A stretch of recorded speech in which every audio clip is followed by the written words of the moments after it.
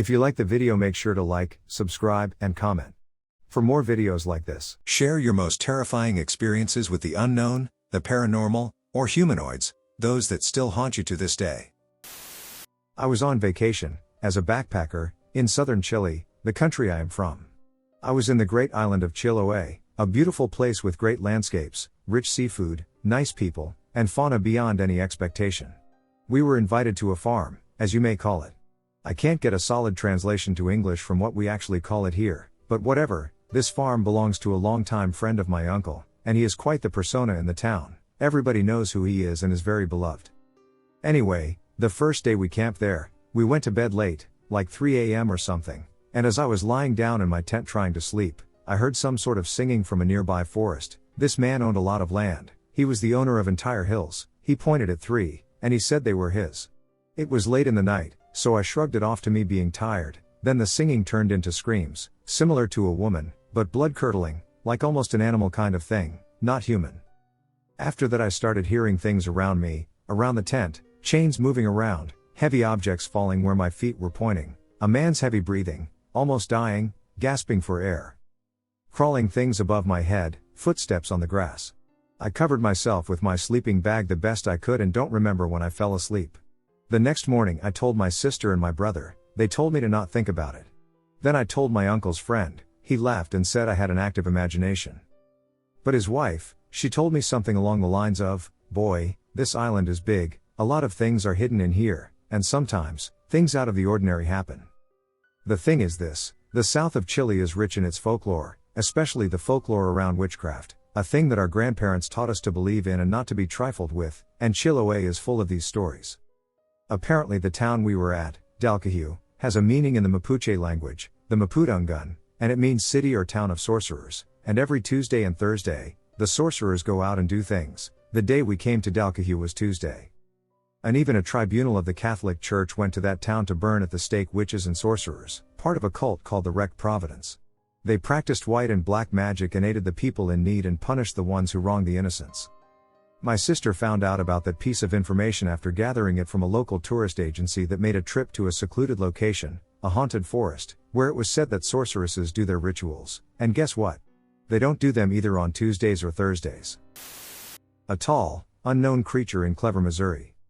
Hi, I don't know if this belongs here, but I just got back home with my grandmother from going up to the convenience store to buy a gallon of milk, which was expensive. On the way back, we saw something go across the road at amazing speed. We thought it was a bird because of how high it was off the ground, but then we saw its long skinny legs. It was a dark brown color. The color was extremely dark brown, and it stood incredibly tall. I didn't see its face, but I saw its body and its legs. It took a minute to register, but then I asked Granny, "Did you see that?" "Yeah," she replied. This is gonna sound crazy, but it had an almost see-through look to it. It was like looking at a shadow or a ghost. It was there but not there at the same time. Does that make sense? Probably not. My grandma said she wouldn't have said anything if I hadn't because she thought her eyes were playing tricks on her. And whenever it crossed the road, it teleported, like, a little farther than it initially stopped. We also thought it was a bird because of the incredible speed. The legs loped like a predator's would. Please let me know if you have any encounters similar to this or maybe have a logical explanation. Before you ask, it was not a horse, and definitely not a deer. I may come back with a drawing later to show what it looked like. Okay, let me backstory this by saying I've seen this cloaked figure many times in my life. It's always far between, though. Like, years between sightings. One night I went out to go look for our dogs at midnight, shaking their food bowls and whistling for them. They had gone out and not come back. We live on our 4 acres of farmland, so it's not huge but a good size, but we do live in the Appalachian Mountains, and we are right at the base of the woods. We also have that gigantic cemetery, 500 plots with a lot of unmarked graves or just marked with a rock, behind our house. I got all the way to the other edge of our property from our house, on the other side of the property, turned around, and the black cloaked figure is standing in the cemetery. It looks 6 feet tall, sort of levitates, so it's not a person, and is entirely black. I stand there and stare for a second to make sure it is what I see. I don't want to freak out for no reason. It moves its robed arm, and I immediately take off running to our house, and all I can smell is rotting flesh. It smells like there's something dead and rotting right in front of me, or like I'm running towards something dead. I didn't smell it while I walked there, and I ran the exact same path I walked. It took my husband a half hour to calm me down, and I was hyperventilating. I had explained to him that I had seen this figure before while we were dating, but that was over texts, and he didn't get the full experience. This was the first time he had ever seen me in person after seeing this particular thing. Entity? Ghost? Demon? He's seen me after I've dealt with other things, but this was new for him. My dogs showed up on our porch 30 minutes later with their tails between their legs. They both looked terrified. I think the presence was holding my dogs to lure me. Okay, so I have dabbled in astral projection. My most notable achievement is I once accessed the cosmic library. I have had confrontations with other beings in other dimensions, including surviving 2 attempts to kill me, once by humans, and once I was spared by a powerful being. I have been too focused on the material plane lately and have been trying to reconnect to the universe as I once was long ago. So a few days ago, I was taking a hot bath/shower in the dark, listening to some meditation music, trying to let go of some negativity I have been going through. Well, long story short, I was so relaxed I started drifting, and something crossed over. I clearly saw a small creature in the mirror. I also heard it and felt it, too. As intrigued as I was, I knew it could be dangerous, and I was not as skilled as I once was. So I decided to say it was not welcome. I scared myself. I wasn't prepared, and that's what makes it dangerous, when you doubt yourself. Unknown shadows. Hello. I was wondering if I could get your guys' help. This started a while ago. Growing up, I have always seen things such as shadows and people and heard voices. People labeled me as schizophrenic, but I underwent testing and found nothing abnormal. My elder sister started to experience some things. On her birthday she woke up to someone watching her, and she felt dread and dark energy. It was there for hours, and she was frozen with fear. She felt like she was in a trance. It was morning time when she broke out of it. She hears laughing, and when she sleeps, she cries in spasms. We, my parents, think it's a demon that followed my mom's friend's boyfriend. We think it's a demon to do with addiction. And as you may have heard of what I said, he is an addict. I have too seen this thing lurking around the house. My sister hasn't slept in days due to this thing harassing her. My parents have seen it as well. I don't know how long my sister can go on with this thing. My aunts and grandmother have had this thing around too.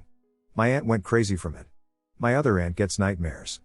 My grandma tried to pray it away, and it won't leave. It's been bothering our family for years, and it begins around the age of 12. My sister is well over 12, and it just started to be happening when she is lucid. She has had years of nightmares she won't speak of. This thing, it's dark, and it's about the height of a door frame, and it's black. Completely black. My parents are thinking about getting sage for the house. I don't think that would work since my grandmother has prayed for years for it to leave us alone. I don't know if this helps, but I am also Native American with beliefs as well, and I also think it came back stronger to punish us for some reason. I just want to know what it is. Please, if you have any questions regarding this, ask. I may have left out something important. I really need the help. Thank you. There are unknown entities in my room. I had a very strange encounter when I was 7 to 8 years old. Although they were 2 distinct experiences, I believe they had a common connection. One was at my mom's house, and the other was at my dad's house. At my mom's house, there is a table and a chair on the side of my bed. One night, I was having trouble falling asleep, and I kept tossing and turning. When I turned towards the table and chair, I saw a human-like figure sitting on it and staring at me. It was enormous and had a disproportionately large head with no discernible facial features. I was shocked, and, thinking I was dreaming, closed my eyes. I opened them again and looked back to the chair. The figure was still there, and this time, it seemed to be looking me over, as it seemed to be moving its head around. I was terrified now and hid myself under my blanket until I eventually fell asleep. When I woke up, the figure was gone. Around a week or 2 later, I was in my bed at my dad's house one night, just relaxing in bed. Across the room, to the right of my bed, there was a huge nightlight. As I was beginning to doze off, I casually glanced at the wall the nightlight was on. I saw 3 figures that were standing in front of the wall. This time, I could see their features. They were all grinning at me horribly and had unpleasant and ugly faces. One of them was tall, while the other 2 were of a medium height. They had misshapen heads and ears shaped like a goblin's. They were also wearing some type of robe. When I saw them, I screamed, and my dad came running into my room. Of course, when he came, they all disappeared while I was still watching them. They never appeared to me again. I strongly believe that these 2 incidents are connected, due to the similar nature of these entities. I still don't know what their intentions were, but I doubt that they were good ones, as they seem to give me very negative feelings then and now when I think about them. What are your thoughts? My brother got a water bottle thrown at him in the middle of the night once.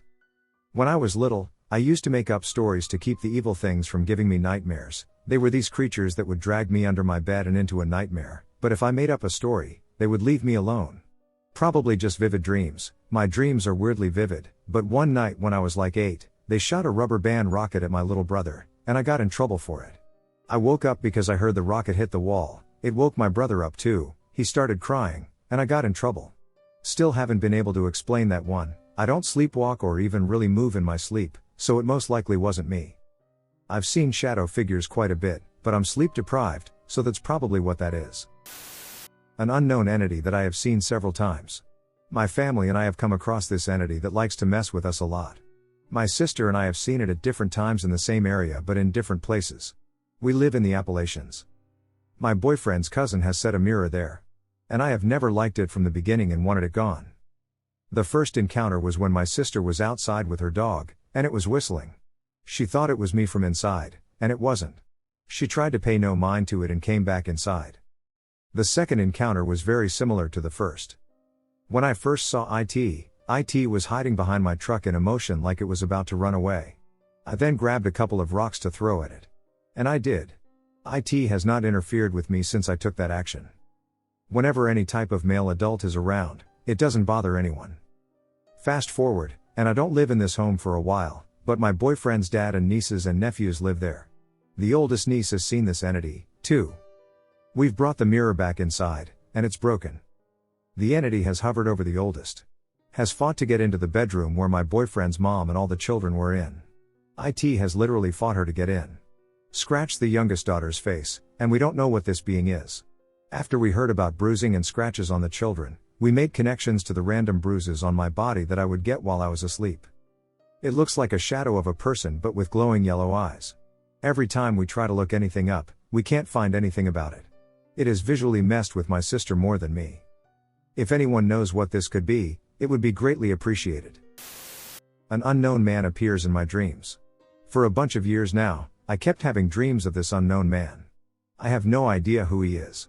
Sometimes, in my dreams, I assume his identity. He is about 6'1", wears a brown suit, and sometimes a brown fedora hat. And I think of gray pants. His hair is dark brown and combed back. He has turquoise eyes or green eyes and no beard. Once I had a dream where he was wearing a brown coat, and then a few months later in real life, I found that coat on a site similar to eBay. And I bought the coat. Sometimes I have visions in my mind of this man, not just dreams. I had paranormal experiences that I think could relate to this man. My friend believes he is my spirit. Please help me, guys, I have no idea who this is. Thank you, and stay safe. Experience with an unknown energy or spirit. I wanted to submit my story here about what has been happening to me for the past 3 nights in detail. Before I start my story, I wanted to mention that I am a strong empath, and I also have other abilities. I have had visions before, but they are usually very fast, and they mostly come into my head as thoughts, not visions, not this time. I think it's also important to add that when I do feel spirit around me, I am usually not able to see the spirit or communicate, unless initiated by the spirit, and I can almost never tell who the spirit is. I just typically feel the spirit's energy. Recently I have opened up myself a bit more, wanting a more detailed experience. Now I kind of wish I had never done so. Over the past 3 nights, a very strong energy has disturbed and woken me up when I reach the REM stage of sleep. It almost feels like a spirit is attacking me with its energy, for lack of a better word. When this happens, I get a really crazy body high, unexplainable. I get pins and needles around my calves only, and my body feels almost weightless. I try to shield myself and ignore it, but I only get really dizzy. I then got a vision of people suffering while my eyes are closed during this feeling. The people's colors are flushed out of their face. I then tried to open my eyes and calm down so I could settle back to bed. The same thing happened, but I got a different vision of me sitting in the back of a minivan. I couldn't see who was driving or who was in the passenger's seat. I also couldn't see who was sitting next to me. My head was fixated on the left window as we were driving. I then got a horrible feeling of dread like something was about to happen, and I quickly opened my eyes to stop the vision. So now I'm really interested in this because they were both really clear visions, and I have never come across any energy this strong. I don't know if it's a spirit trying to get my attention, I really don't know. I'm actually kind of scared to go to sleep tonight. Something's watching me. A couple of months ago, I decided to walk through this wooded path near where I live. It was 11, maybe 12 o'clock at night, so really nobody should have been around. As this particular pathway was rather short, I decided to head back and take it again, this time walking at a moderate pace, bearing in mind that the entire path is rather narrow and there are fences on the sides. Anyway, as I ventured down the path, halfway through, I hear a distinct yet short scream of a 5 or 6-year-old girl, so naturally, being the kind-hearted man I am, I decide to take 5 minutes to look around. I find nothing, so I shrug it off as my imagination, so I continue on my path.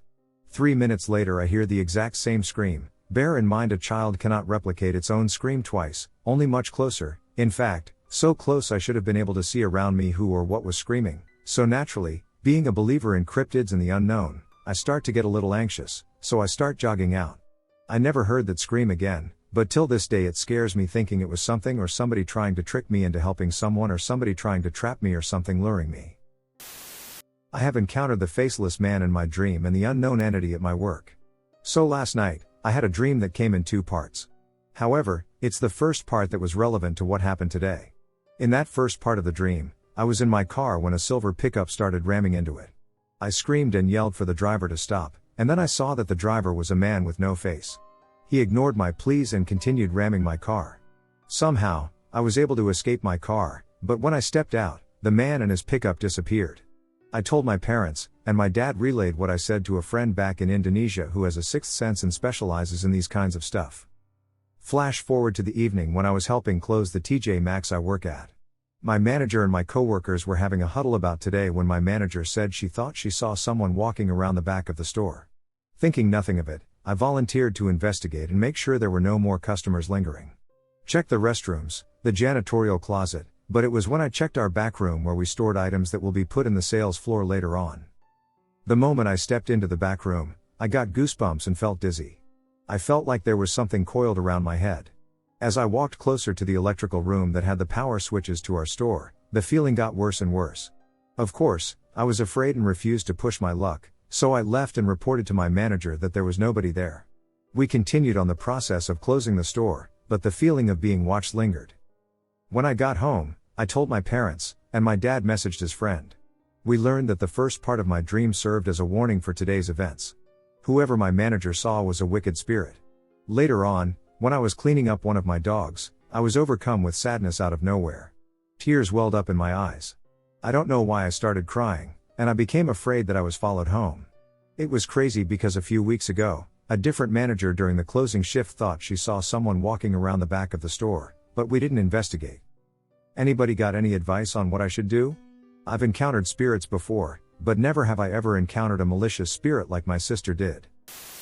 What was it? Has anyone experienced this or have any idea what it could have been? Help me explain what may have happened. One night, my spouse and I drove to a field/preserve by our house to look at the Blue Moon event on August 31st. When we got there, you had to walk over a small stone bridge. It was a very foggy evening, but the sky was clear when we got to the bridge. All we could see was the field full of fog. My husband stopped twice on the small stone bridge on our way to the field. We discussed something not feeling right but decided to move on. In the field in front of us on our right, we saw what looked to be a line of maybe the shape of a line of hay bales covered in white plastic. We both discussed it for a few minutes, trying to figure out what it was. It was just a vertical line of maybe 40 yards long. We decided to move on despite not being able to see anything else in the field because of the fog. As we walked closer, a huge light literally came from the sky. It was so thin bright, like a bright white explosion. It pushed us back, and we both looked away and ducked and took off. The crazy part is when we got to the other side of the short bridge, we turned around and said, "What the F was that?" And the white line that we originally saw in front of us on the right was no longer there. So then we were second guessing ourselves and saying, well, maybe it's still there, and we walked over towards it again, and we were right, it was no longer there. At that point we took off as quickly as possible and got back to our car. We thought for sure it was the end when we saw that light. I have never experienced anything like this in my entire life. Even now it gives me chills. No exaggeration. Our heart rates were up for hours later, and we were completely overwhelmed with this unknown experience that we just had. Obviously, I'm still thinking about it, as I find it hard to believe what we witnessed that night. Years ago, my friend Lisa and I were driving back into the US. We had spent a week wandering and camping in Canada. We're both female, by the way. Being 20 years old, we had scarcely any money, and we had just spent the last of it on gas, so we needed to make it home. We drove late into the night. By 1 a.m. we still had a few hours to go. We were traveling south on Route 84 to Moline, Illinois. Lisa was driving, and we were having a great time. We chatted up a storm as we made our way down that little 2-lane highway. It's probably a scenic road by day. But at night everything was pitch black. Suddenly, a shape appeared at the very edge of our headlights. It looked like a log was lying in the opposite lane. As we got closer, the log turned out to be the legs of a man sitting on the highway. As we got even closer, we could see that the man was sitting on the solid white line of the opposite lane. His legs were jutting straight out onto the highway and would have been run over if a car had been coming from the other direction. We slowed down. Lisa started to swerve toward him. We said a few things like, "I wonder if he needs help, and I wonder what he's doing out here in the middle of nowhere?" The headlights completely illuminated him as we drove towards him. He sat facing the opposite side of the road, so we were looking at him in profile. He was wearing a brown suit, brown shoes, and a brown hat. His arms hung down by his sides. At first, he did not move or acknowledge us in any way. We stared at him in silence. Suddenly, he jerked his face toward us. His eyes were glowing red. His mouth opened and twisted into a snarl. We were completely terrified. To Lisa's credit, she reacted quickly by swerving away from him, punching the gas, and making a getaway as fast as she could. As we sped away, we both turned to look out the back window, but neither of us could see anything in the darkness. We couldn't shake the feeling of wrongness. It felt like we had stumbled across something we weren't supposed to see. It looked and dressed like a man, but those glowing red eyes were not human. Okay, so this will be my first time talking about this stuff on here, but I grew up in a very haunted house. The house was plagued by full-body apparitions, poltergeist activity, and malicious spirits, among other supernatural phenomena.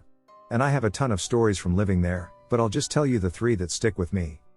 The first is by far my most memorable. My dad was a mechanic before he retired. He has all his own tools and has 3 of the big tool chests, the 6-foot-tall ones that have tons of drawers and weigh about 200 pounds empty. Well, he kept them in the basement, and the basement was by far the poltergeist hotspot in the house. There was a finished room in the basement that the door would just open and close for various lengths of time. Sometimes minutes, the longest I ever heard it happen for was about an hour straight. But on to my story. I was sitting in my living room watching TV with my mom and sister. My dad was working a swing shift until 11 that night, and it was only about 7 or 8. Well, as we are all sitting there, we hear a massive crash come from the basement. And I mean massive, it was loud enough to shake the windows. All of us just kind of look at each other and watch the color drain from our faces, and then my mom looks at my sister and me and tells us to go see what that was. We complain and head to the basement door, open it, and hit the light switch. I went first, and before we even got down there, I could see tools. They were haphazardly tossed on the landing. I slowly go down the stairs and am greeted by a war zone in my basement. Every single one of the drawers and all the tool chests had been flung open. There were tools scattered from one end of the basement to the other, and one of the tool chests was even pulled away from the wall. My sister and I booked it back up the stairs and told my mom, who had to stay upstairs until my dad got home. He sees it, doesn't say anything about it to us, and just picks up his tools that weekend. The second thing that comes to mind is the shadow figure that seemed to attach itself to me when I was a teen.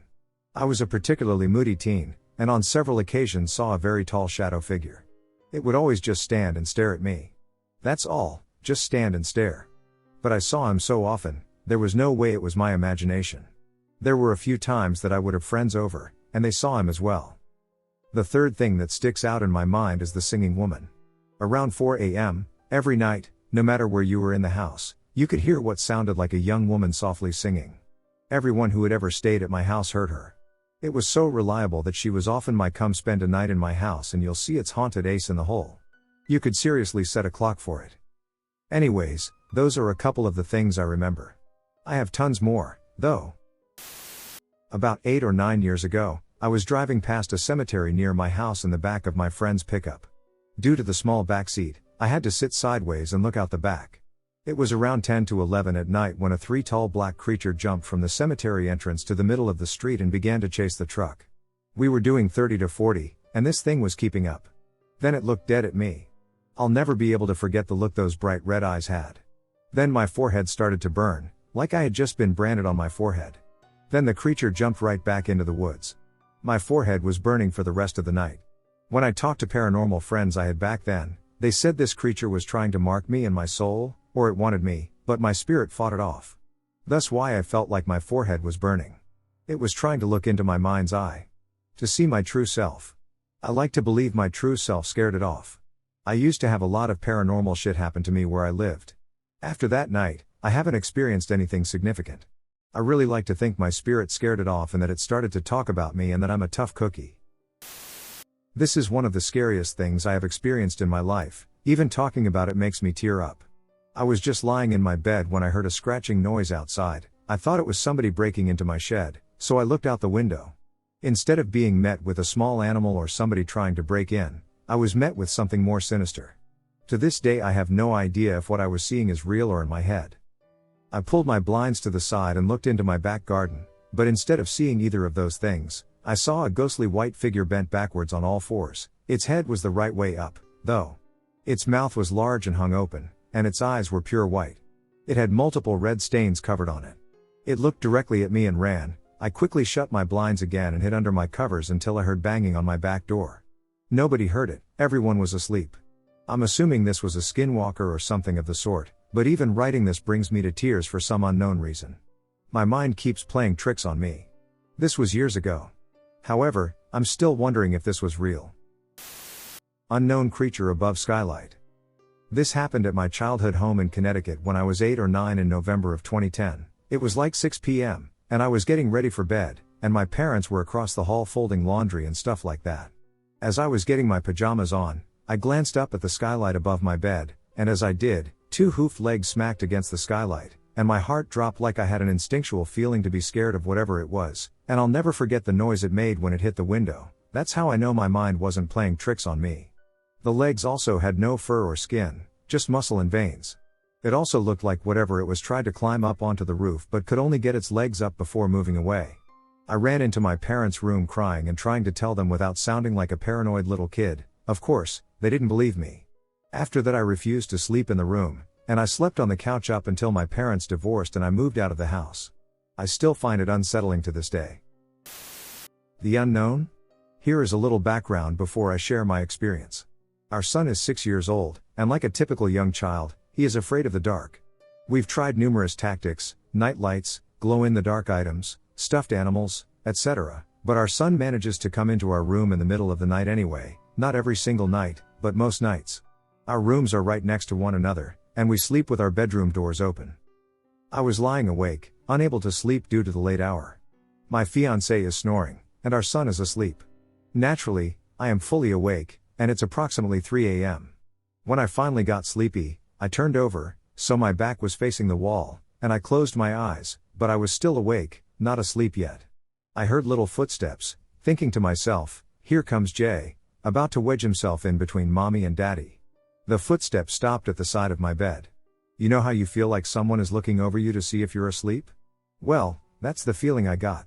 I still have my eyes closed, my back is to the wall, and I said aloud, Jason, mommy's really tired, buddy, you have to go back in your bed. I turned around and opened my eyes, and no one was there. I was confused, so I got up and checked on our son, and he was sound asleep in his bed. The blankets were still on him, and his stuffed animals were all around. It wasn't him. Whomever I felt in our room was not him. I felt a strong presence, that I really thought it was our son. I wasn't scared, though, there wasn't a feeling of fear. I just felt weird after realizing it wasn't Jason. It was creepy. I just don't know what it was, or if I should be worried. Has anyone experienced anything like this? Was it just a spirit? My childhood experience with an unknown entity. Not even sure why I'm sharing, maybe hoping someone will say something that triggers a memory or some type of explanation. I was 3 or 4, and my parents lived in a very old house in North Alabama. It was in a historic district, on a street that Union and Confederate soldiers used as a thoroughfare. I don't know or care about anything like that, so no preconceived ideas. In the spare bedroom I'd play in, it was our storage room and had boxes with my toys in there. I'd hear a soft jingling come from the closet. Whenever I'd open the door, he would be there. I don't remember exactly how he looked, but he had a greenish tint. Not sure if it was his skin color or a glow. He introduced himself as next door. He always told me he had a swimming pool and would invite me to come swimming. I'd never seen a swimming pool and had no idea what it was. I remember he had a cane, and I asked him why, and he told me that someone hurt his legs long ago. I saw him numerous times, but as time progressed, I became terrified of him. I remember hearing the jingling, running out of the room to my mom, sobbing, and yelling, "He's here again." In the closet. My dad rushed back with a weapon and saw nothing but said he'd never felt such an uneasy darkness. I know there were lots of conversations, but I don't specifically remember what they were. The Indian at Grandma's house. During my childhood, I have vivid memories of spending long weekends at my grandparents' house. There was one particular incident that stands out in my mind. I was lying on the hide-a bed in the living room, on the verge of falling asleep when something caught my attention from the corner of my eye. It appeared to be a man. As I looked again, I confirmed that it was indeed a man. He turned and walked towards the hallway, then suddenly vanished. Being in a drowsy state, I dismissed it as a result of my sleepiness. A few years later, my mother and I were engaged in a conversation about our paranormal encounters. I took this opportunity to share with her the incident of seeing the man at Grandma's house. To my surprise, she smiled and casually remarked, "That's the Indian in Grandma's house." It was then that I realized that I wasn't the only one who had seen him. Curiosity got the better of me, and I yearned to catch another glimpse of this mysterious figure. Eventually, my wish was granted. The second time I saw him, I paid closer attention to every detail. It became evident that he was an Indian. His presence added an air of mystique to Grandma's house. These encounters with the Indian spirit left an indelible impression on me. They sparked my interest in the paranormal and made me more aware of the spiritual realm around us. Even though I only saw him twice, his presence continues to fascinate me to this day. As a young girl, these experiences taught me to embrace the unknown and appreciate the mysteries of life. They serve as a reminder that there is more to our world than what meets the eye. When I was about 9/10 years old, I kept having this strange feeling every time I went into my parents' bedroom of being watched by something that wasn't there. It was always in one corner of the room. At the time it felt strange, but as I got older, I could feel it was a presence of a child spirit. I never saw them, I just felt the energy there, and they were watching me. When I said something about it to my parents, they told me it was nothing and just my imagination. This went on for a few years, and eventually I came to live with it, as I never felt like it would hurt me. Moving on a few years, 12-13, I was in my bedroom with the door open, and suddenly I saw a black shadow run across the doorway and disappear into the bathroom. At the time I was freaked out and wasn't sure what I had seen, but I never saw it again until I was a lot older. At the same time, I had unexplained voices that would whisper my own name into my ear, or I would hear someone call me to find out I wasn't being called. When I would go upstairs, I always got the sense of uneasiness and that I was being watched. Even when I was home alone, I would always be constantly looking over my shoulder in case something was there. And nothing was. One time, being home alone, I was in the living room with my dog watching TV when my dog jumped up and kept looking out of the doorway looking at the stairs. She would look for long periods of time and sometimes let out a small growl, turning on all the lights in the house that night, to reveal nothing again. Just a side note, the stereo system my mom has always turns on and off by itself and has done so for years. We have changed the outlet and gotten a new cord for it, but it still does it. It's very strange. Going on to when I was 18, present, I'm 22 now, the shadow people keep showing up in my house, especially on the landing of the stairs and walking past my door. They always seem to be a long black mass/shadow, and they never want to come close to me. I did have one experience where the shadow ran at me, but as soon as I made eye contact with it, it disappeared. My boyfriend once house sat for us, and even he said he saw shadow people walking across the doorway. We both have seen them at the same time, where it came up the stairs around the railing and walked/floated into my parents' room. We have even seen it peeking round the doorway almost like it was watching us. I have tried to make contact with it by talking to it when I see it, but it just disappears. Whenever they come close and I look in their direction, they just seem to vanish. I like to think they are scared of me, or I must hold some strange presence. I would say that I am sensitive to things and picking up energies in places that I go normally. My body reacts with goosebumps or a tingle down my spine, or I get this anxiety feeling. The rest of my family, who I live with, have never seen shadow people in the house, just only myself and my boyfriend. As I am writing this, I haven't seen a shadow person in a while, but who knows when it will show itself again. I just wanted to see what the people here thought about my experiences. Most of my family has had some type of paranormal experience, kinda runs in the family, I guess? Let me know what you think, and is there anything I can do? Rural TN Farmhouse, haunting incident from my childhood. My best friend, W, and I spent all of our free time playing together at her home, A big old farmhouse in the middle of nowhere in Tennessee, when I was 7 or 8 years old. There was a small room upstairs that held all of our animal toys. We would spend hours and hours battling against each other with our armies and creating stories that would be played out for weeks on end. This room was mostly just storage for boxes and spare furniture. There was a small wooden chair in the corner of the room that had been there for years. As long as we had played in that room, that chair was there in the corner. One day, W and I were playing in the room. W was sitting in front of the wooden chair with her back to it, and I was sitting in front of her where I could see the chair over her shoulder. We're both immersed in our game when I look up and see a little boy with large, thick square glasses and dressed in a very dapper, vintage outfit. He was just sitting in the chair, looking at us. For some reason I was not scared at all. I simply asked W, "Who is that boy in the chair behind you?" W, of course, thought I was trying to prank her and told me to stop. I asked her again, "Who is that?" W finally turns around and sees the little boy. She immediately panics and jumps up, causing me to panic as well, and we both bolted out of the room and went downstairs. We were so young that we couldn't even comprehend what had just happened. We just accepted it and moved on. However, we never went back in that room. From then on, we couldn't even walk by the room without an immense feeling of dread. Neither of us would go inside, and we never played with our animals again because we were too scared to retrieve them from the room. Nobody believed us when we told the adults about the little boy, and I think this caused W and I to grow up believing that our minds created this experience due to overactive imagination. We had to convince ourselves it was a mental trick to sleep. I have never experienced anything else that was this corporeal. W and I both still vividly remember the image of the boy in the chair. I remember his glasses, his blonde hair, his outfit, and even the color of the wall behind him. I know we both saw the same thing, and I know it was real. I have no explanation, except that this little ghost boy probably just wanted to play with us. Let me know if you've experienced anything similar and why this little boy could be stuck in that house. What kind of spirit was he, and why did we only encounter him once? Was it really just an overactive imagination? Or are children able to see things that adults miss? I wish I had answers. Unknown family waiting on my doorstep? This happened a few years ago when I was probably about 16, and I haven't spoken about it much as it still creeps me out for no real reason. I was home alone, and it was a nice day. I decided to go out of the small front door and go for a walk. My dog didn't appear bothered and unusually didn't get up to come with me, she just stayed on her bed.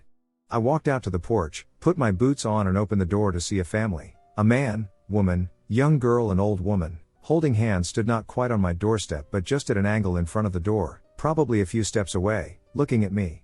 This freaks me out, as the door is quite hidden. I live in a church, and you have to consciously walk through the driveway and around the house to get there, which always sets my dog off. They just look at me deadpan, don't move, and don't speak. I freak out, shut and lock the door, and go upstairs to my room. Maybe 2 or 3 hours later, I decide to walk into the village to find my mom. I walk downstairs, past my dog, still docile, and look through the little window. The family hasn't moved an inch, they're just standing there holding hands, silent and stone-faced. I feel like all the blood leaves my body. They're not doing anything particularly odd-looking or threatening at all, but something just chills me so deeply I freak out and basically run out the big back door we barely ever use. I don't lock it behind me, and my dog doesn't come down to my neighbor's house. She makes me a cup of tea, and my mom comes, and they both act like this is totally normal and I'm overreacting, putting it down to curious walkers stopping to admire the house. I think this is weird, as my dog is very overly friendly and very loud. She greets everyone who comes anywhere near. Am I? I still feel a bit sick thinking about it, but I'll gladly say I've never seen them again, although I'm at home at the moment, and remembering this has freaked me a bit. Unknown scratches? So about a year ago, I lived in a house that I had lived in for a good portion of my life, just over 10 years, or so. We built the house, meaning that nobody lived in it prior to us. We had never had any issues with paranormal stuff until probably May of last year. I would wake up with what appeared to be cat scratches on different parts of my body fairly regularly, about once a week at least. We do not own a cat. We own a dog, but she was almost scared of coming upstairs and would never do it, and I slept with my door closed anyways, so it wasn't her. I'm almost certain I couldn't have done it myself in my sleep. I bite my nails, so they are not sharp, and I tried to replicate the scratches with my own nails, and they did not look the same at all. Some of their locations on my body are hard to reach, asleep or not. I can't think of any other way I would have gotten them. The first time they appeared, it was probably about 7 individual scratches downwards in a circle on my back. It was weird, They were in like a perfect circle on a part of my back that I can reach if I stretch but can't see without a mirror. They would most frequently appear on my chest and arms. One night I wore thick leggings to sleep, the kind that like to stick to you, and the next morning they appeared on my upper left calf. It would have been nearly impossible to scratch through the leggings and even more difficult to get to that part of my leg without taking them off. The scratches stopped when I would go on vacation that summer, and that September we moved, and they haven't come back since. Am I crazy? Was there a ghost cat living in my house? Why? I've never owned a cat. Am I just missing something? Figure in the field. My family lived on a compound that we called the Collins compound. There are a couple of acres between my house and my aunt's house, and the closest neighbor lived about a half mile, maybe a little less, but that was just an old man who lived in a trailer with his dog, so no one should be on our fenced-in property. When I was 7 years old, my mom and dad went on a date and left my eldest cousin to babysit my sisters and me. After a few hours, my cousin and I were on my back porch, which was a big slab of concrete. My cousin and I were rollerblading when I noticed a figure standing in the middle of our field the size of a football field. I asked my cousin if she saw that man standing there. She thought it was her older brother, so she yelled, "Ronnie." The figure just stood there very still. So she walked to the edge of the porch and yelled, "Ronnie?" It was at that moment the figure dropped down into a position like a catcher in baseball kneels, but he started sprinting at us while still kneeling like that. My cousin instantly ran back my direction, and in one motion, she picked me up, threw me in the house, slammed the back door shut, locked it, and turned off all the lights. She called her mom and told her what happened, so her mom sent my uncle over, who looked around the property and saw no one. We never knew who that was or what their intentions were, but they never came back, and that was the last of it. My aunt had experience in Tennessee a couple of years ago. She was driving back home through a dark road in the country surrounded by a cornfield around 2 a.m. She was the only car on the road, and it was pitch black with the exception of her own car lights. After driving for some time, she noticed there was a figure farther down ahead that she could barely make out with her headlights. As she approached, she looked at what she could only assume was a small child on the side of the road walking funny. Like wobbling or struggling to walk. She couldn't see the face, just the back, but just the figure of the person appeared to be of a small little girl. She was alarmed because there wasn't anything around here for miles, and what's worse, why would there be a small little girl out in the middle of nowhere all by herself? She stopped her car and stared for a while, wondering what to do when the small child stopped walking suddenly and turned sharply. My aunt said the face and arms of the person were that of an old woman, but the body was of a small girl. Not sure how that makes sense or how she can figure that out, but that's what it was. Anyway, the old woman/girl thing stared right at my aunt and gave her a creepy looking grin/snarl. My aunt definitely got scared, and the hairs on her neck stood up. She definitely felt something was not right. She swerved around the figure and booked it, and like you, when she looked back, she couldn't really tell because of the darkness. My sister and I saw two beings that didn't fit into this reality. I'm using an alt account because this is a very personal experience and something my sister and I have only told one other person. This happened in Central Florida on January 23, 2024. To preface, my brother passed away from suicide, and a month later, we had this experience. It's about 5 a.m., and we are in my car. Directly in front of us is mostly just a large lot that is well-kept grass and one shed. In the middle of the lot, my sister notices this girl with strawberry blonde hair. We can only see the back of her, but we notice that her feet aren't touching the ground. We were so confused. I was also looking for a light source because it was as if she was standing underneath a streetlight. She had what I would call a glow. She was no more than 50 yards away. I put my high beams on. She didn't flinch. Of course, my brain is doing mental gymnastics. What or who is this? That's when we saw it. It is what I refer to this shadow being because it tried to appear as a person, but it wasn't. Its back was kind of hunched. It took long strides and short strides that didn't make sense. It tried to hide behind a pole, peeking its head out every so often. This shadow being was all black. I've never seen anything like it before. It had no distinguishable features and was solely black. It was bipedal. If I could go back in time, I would have recorded it. But honestly, my brain just couldn't comprehend what we were seeing. I was in awe. If anyone has any insight, I would really appreciate it. I'm currently being stalked by something that looks and sounds exactly like me. Last Saturday it tried to break in. I need help. I live in the UK, Devon, with my dog. It's important to note that there's a huge expanse of woods behind the house. Early last month, this thing that looks and sounds exactly like me began to show itself directly to me. But I fear it's actually been around for much, much longer. About 4 years ago, my parents, grandmother, and cousins were over at mine for a get-together. I remember my mother going to smoke around the back. Not even a minute after going out, she comes back and all flustered and asking me why I was outside in the woods. She said I was staring at her blankly. The thing is, I wasn't. I was inside with my grandmother and dad. My mother, may her soul rest in peace, dismissed it as mere illusions. Stupidly, so did I. Cut to last year, I was in my lounge when my dog ran off into the conservatory barking like mad. This wasn't really surprising as we do have quite a few rabbits and other vermin around the area. That was till, I kid you not, I heard my ducking voice talking in the conservatory. I checked outside. Nothing. There is nothing at all. Last month while cleaning the kitchen, I saw me outside in the wood. It looked one-to-one to me. This ducker didn't move an inch. It was like a statue. I froze in place. I guess it was more the shock of seeing myself with my own 2 eyes physically. I leapt over to the conservatory door. Gone. It was gone. In the split second it took me to go to the door, this ducker was gone. Last Saturday, I was upstairs on a work assignment when I heard my ducking voice asking to be let in. My dog was going nuts and got worse when this thing was clawing and scratching at my windows and door. I contacted the police, and I'm away at my parents' house for the time being. I don't know what to tell people or if they'll even believe me. I just want this to end. Any advice because I'm dreading when I see this thing again or what it'll do? Supernatural chanting. This event is legit. I know many people might think it's fictional or fake, but I swear this happened, and I and my whole family witnessed it. This incident occurred several years ago, possibly between the ages of 7 to 9. At that time, my mom was preparing dinner, and I, along with my siblings, assisted her by carrying plates from the kitchen to the dining area. As a kid, I used to do many random stuff, like jumping around and dancing weirdly and saying meaningless gibberish, so I was then energetic and just jumping around and helping prepare the dining table. My mom had just placed a glass plate of cucumbers on the table, and being the child I was, I pointed at the plate very quickly with my whole arm as if I was in a game or fantasy in my thinking and said a random thing like a spell or a chant. Then the whole plate literally exploded. Not the cucumbers but the plate itself exploded from the center into 4 to 6 big shards that didn't fly far off. Near the edges of the glass shards were black marks, those of burning. At that moment everyone fell silent, and I was super shocked about what just happened. My mom cleaned up the mess, and my dad tried to explain whatever just happened as if I released a certain energy or something, but to this day I have no idea what that was.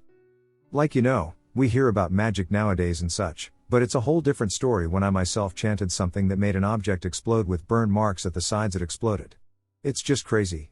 I constantly think to myself, what if I did that in front of my brother and his body exploded everywhere instead?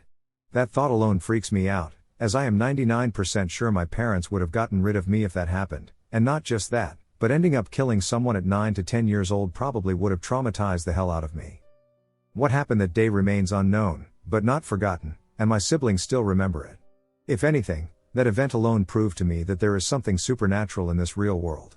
Whatever happened back then was something literally out of this world, physical abilities, and scientific explanation.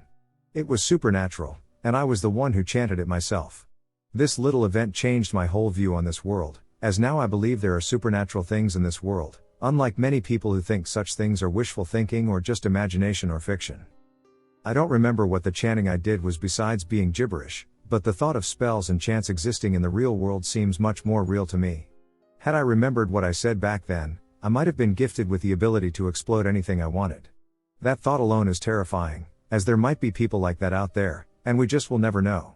We know so little of this world, and very few people get to experience the supernatural part of it. It's unfortunate that we are likely to pass away without ever finding the answers to these mysteries. I saw a human-like bright figure, and I don't know what this was. Hello. I would like to share my story too, in case there is someone who has experienced something similar. I am female, 20 years old, and this experience happened some years ago, maybe around 2017.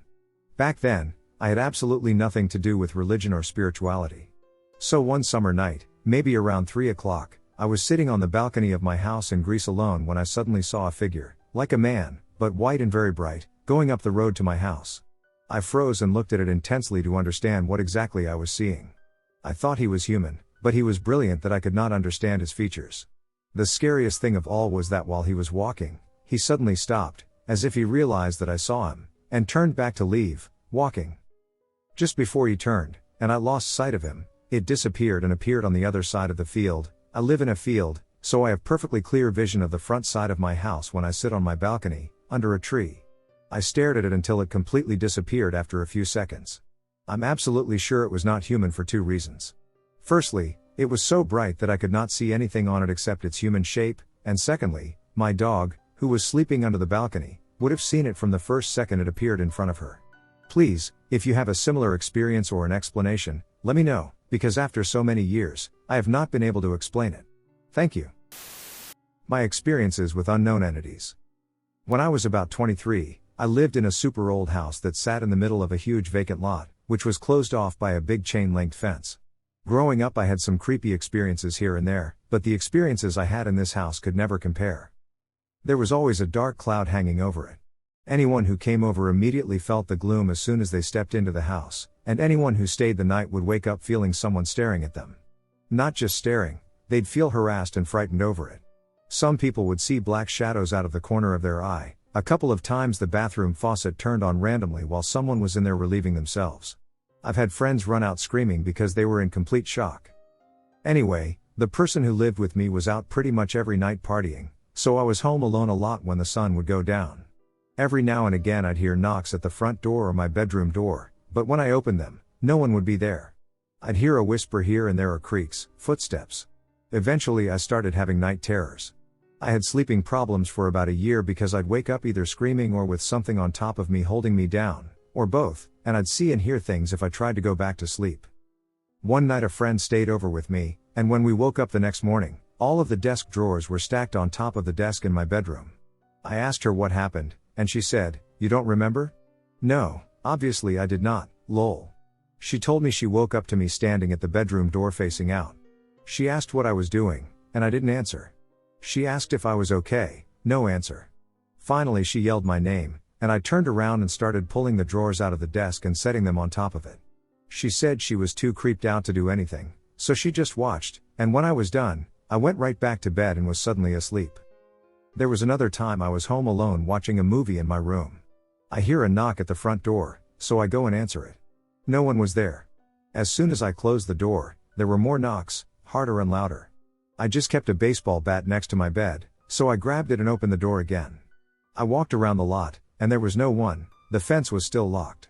I went back inside my bedroom and locked the door. As soon as I did that, I heard a crash in the kitchen. At this point I was like, why the duck not? So I grabbed the bat and went to the kitchen. Every cabinet was wide open, and all of my pans were scattered across the floor. I grabbed my car keys and drove to the 24-hour Walmart.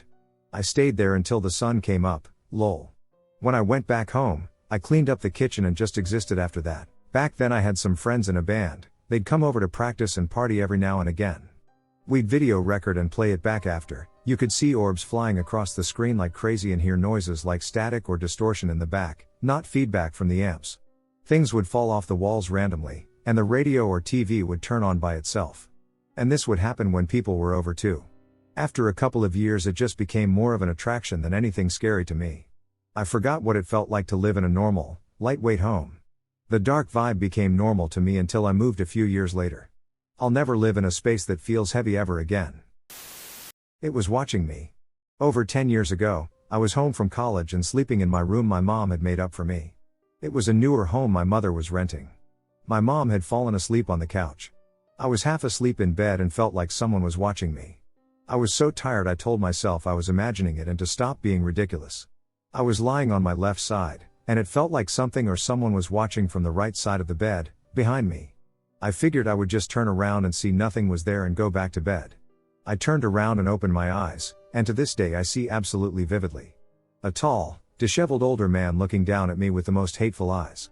His arms were at his sides, and he was just staring at me with a vile expression on his face. He had short, sandy hair, he looked corpse-like, he was wearing an ill-fitting, loose suit, he had some cuts on his face. His eyes were cold and evil, and I felt unsafe and in imminent danger. I started screaming bloody murder and bolted out of bed and ran to the other side of the house and woke my mom. She said I was probably dreaming. I said, "Mom, I was awake." I felt it looking at me for a while and had this gnawing feeling I wanted to disprove. I must have laid there a good few minutes not feeling like I wanted to open my eyes, but I couldn't sleep, so I turned around. We crept back into the room, and no one was there. Well, me as an adult, I spent a good 3 days sleeping with my mom and then never had a good night's sleep ever again in that room. To this day I question the experience. About a year ago I went for a run at a lake here in Iowa. It was around 9 p.m., but I used to run at night because it's cooler in the summer. The lake has a trail around the whole lake. It's probably around 2 to 3 miles long, and basically you just run around the lake. There are a couple of benches on the trail as well for people to rest. There weren't any cars in the parking lot, so I was glad I didn't have to deal with people riding their bicycles. I do 3 laps around the lake, but I also walk for a couple of minutes to rest. This day I was on my second lap, and I was tired, so I decided to walk to get my breath back. I should point out that I never saw anyone on the 2 laps I completed. As I was walking, the air got unusually cold, and then about 100 feet ahead on one of the benches was a woman wearing a white dress. She was just standing by the bench in the middle of the trail. I got this really creepy feeling, and I turned back and walked the opposite way. I was really scared. My only thought was getting away from whatever that was as quickly as possible. I tried to take a picture, but when I turned around, she wasn't there anymore. Today I don't run at night anymore, and if it's getting late, I usually just skip the run for the day. My close encounter with the Greys in Puerto Rico. I am about to recount an encounter that I believe confronted me with the unknown as a young child in Puerto Rico. It happened sometime between June and July of 2002 when I was 12 years old. Back then my parents would send my brother and me to Puerto Rico to be with our grandma for summer vacation. My grandma lived in an old house in the rolling hills that make up the neighborhoods of the city, Ponce. It was just my younger brother, my grandma, and myself that occupied the house. One night, for no reason at all, I woke up in the middle of the night. I knew it was late because I could hear my grandma's faint, distant snores from the other part of the house, but other than that it was silent. The door to the room that my brother and I were sleeping in was wide open to let the air circulate during the night as there was no AC. If one were to walk out of the room I was in, they would be finding themselves in the kitchen facing the sink and above that, a window. Since I had woken up, I found myself just lying there in bed looking through that very window. I could see the shine of the moon coming in dimly through the window. Just lying there, I watched in near silence as I tried to go back to sleep when suddenly a bright light filled the window. When I say this light was bright, I mean it was bright, and it only continued to get brighter until it filled my entire field of vision, essentially blinding me. I had no idea what was going on, but I remained calm for some reason. The light that had filled my room and vision started to fade slightly, or my vision was adjusting. Either way, as my vision started to come back to me, I noticed that I was not alone in the room with my sleeping brother anymore. I see 3 silhouettes around the bed as my vision becomes clearer, and when I am able to finally make out what they were, I am filled with nothing that could be described as pure fear and panic. At each side and at the foot of the bed were what I now believe are Greys. Filled with terror, I turned to my sleeping brother and tried to wake him with no success. I turned back to face the entities, and that was when I locked eyes with the Greys straight across from me at the foot of the bed. I am not sure what transpired next because the next thing I remember is waking up to the sounds of my grandma cooking breakfast the following morning. My brother had apparently woken up before me and was already with my grandma. When I told them what had happened, they both told me that it might have just been a nightmare. If it was a nightmare, then why did I not wake up in fright as usual in response to a terrible dream? It felt too real and seemed too real to ever have been just a dream. The way the entities looked was like I had never seen at the time. The ones on each side of the bed were short in comparison to the one at the foot of the bed. All of them were grayish in skin color, with bulbous bald heads, small lipless mouths, and big jet black eyes that give me the goosebumps every time I think about them. The one at the foot of my bed was not only taller than the other 2 but also more slender with a longer neck and limbs. Part of me wishes that this could all have been just a dream, but it traumatized me too much for me to believe that. Immediately after that night as a kid, I would sleep with my head under the covers so I would not be able to see the Greys again during the night, and to this day I still have trouble sleeping. In my own research I have come to find that there is more than one species of Ebe on Earth now, so any more information on that subject would be greatly appreciated as well. I am definitely looking to talk to more people who have experienced similar events as mine or anyone who has more actual knowledge about this matter, and I have also been considering undergoing hypnotic regression, and any information on that matter would also be greatly appreciated. I currently reside in Orlando, Florida. When I was 5 or 6, my mama and I lived in my grand's council house with extended family. My gran and granddad had lived there for years with 9 children and, at times, a few grandchildren, and my great-grandmother for decades before I was even born. My great-grandmother had passed more than 10 years before I was born when my mama was quite young. My mama and I shared a large back room that doubled as a sitting room/playroom. One night I was sleeping in my bed facing my toy cupboard, which had no door but a really pretty sheet, which mama had painted, nailed onto the frame of the cupboard, keeping my toys tidy. I remember suddenly opening my eyes to see a little old lady in the doorway of my toy cupboard. I wasn't scared, which in itself was slightly strange, as I felt the old lady was familiar and safe. She just appeared to be a regular little old lady with slightly strange looking clothes. Without moving her mouth, she said, "It's okay, pet, I've just come to see how you are, go back to sleep." The words sounded clear in my head. Being 5 or 6, I said okay and went back to sleep. The next day I was playing in the garden with mama, and I told her about what I said was a dream. Mama, who was very close to her grandmother, looked at me and then asked me to describe the old lady, so I did. Mama looked a little strange and then changed the subject. Years later, we were talking about family with my big cousin Jimmy, who was living with mama and me at the time. I was about 8 and Jimmy was around 15 or 16, and mama told me that when I described that little old lady, I actually described our great-grandmother. Jimmy laughed and said when he had the same bedroom, he had seen our great-grandmother also in the same place as I saw her. There were only 3 differences. Jimmy knew our great-grandmother before she passed, albeit he was very young but remembered her well. It was in the middle of the day when Jimmy saw her, and she just smiled at him without speaking. My mama got out a really old-looking family photo, and in the middle of family members I knew, looking younger, was the very same kindly-looking little old lady. Additional note, Pet is used as a pet name by many people from Newcastle, and I think Sunderland also, where my great-grandmother's family originated from. This happened to my friends and me one year when we were in high school. We were all 17 years old and bored. We'd play video games a lot, but sometimes we'd just go driving around. The town we lived in wasn't really big, and it was surrounded by country roads. Those were the best roads to be on. No cops, nobody around, just us in my friend Drew's truck playing loud music.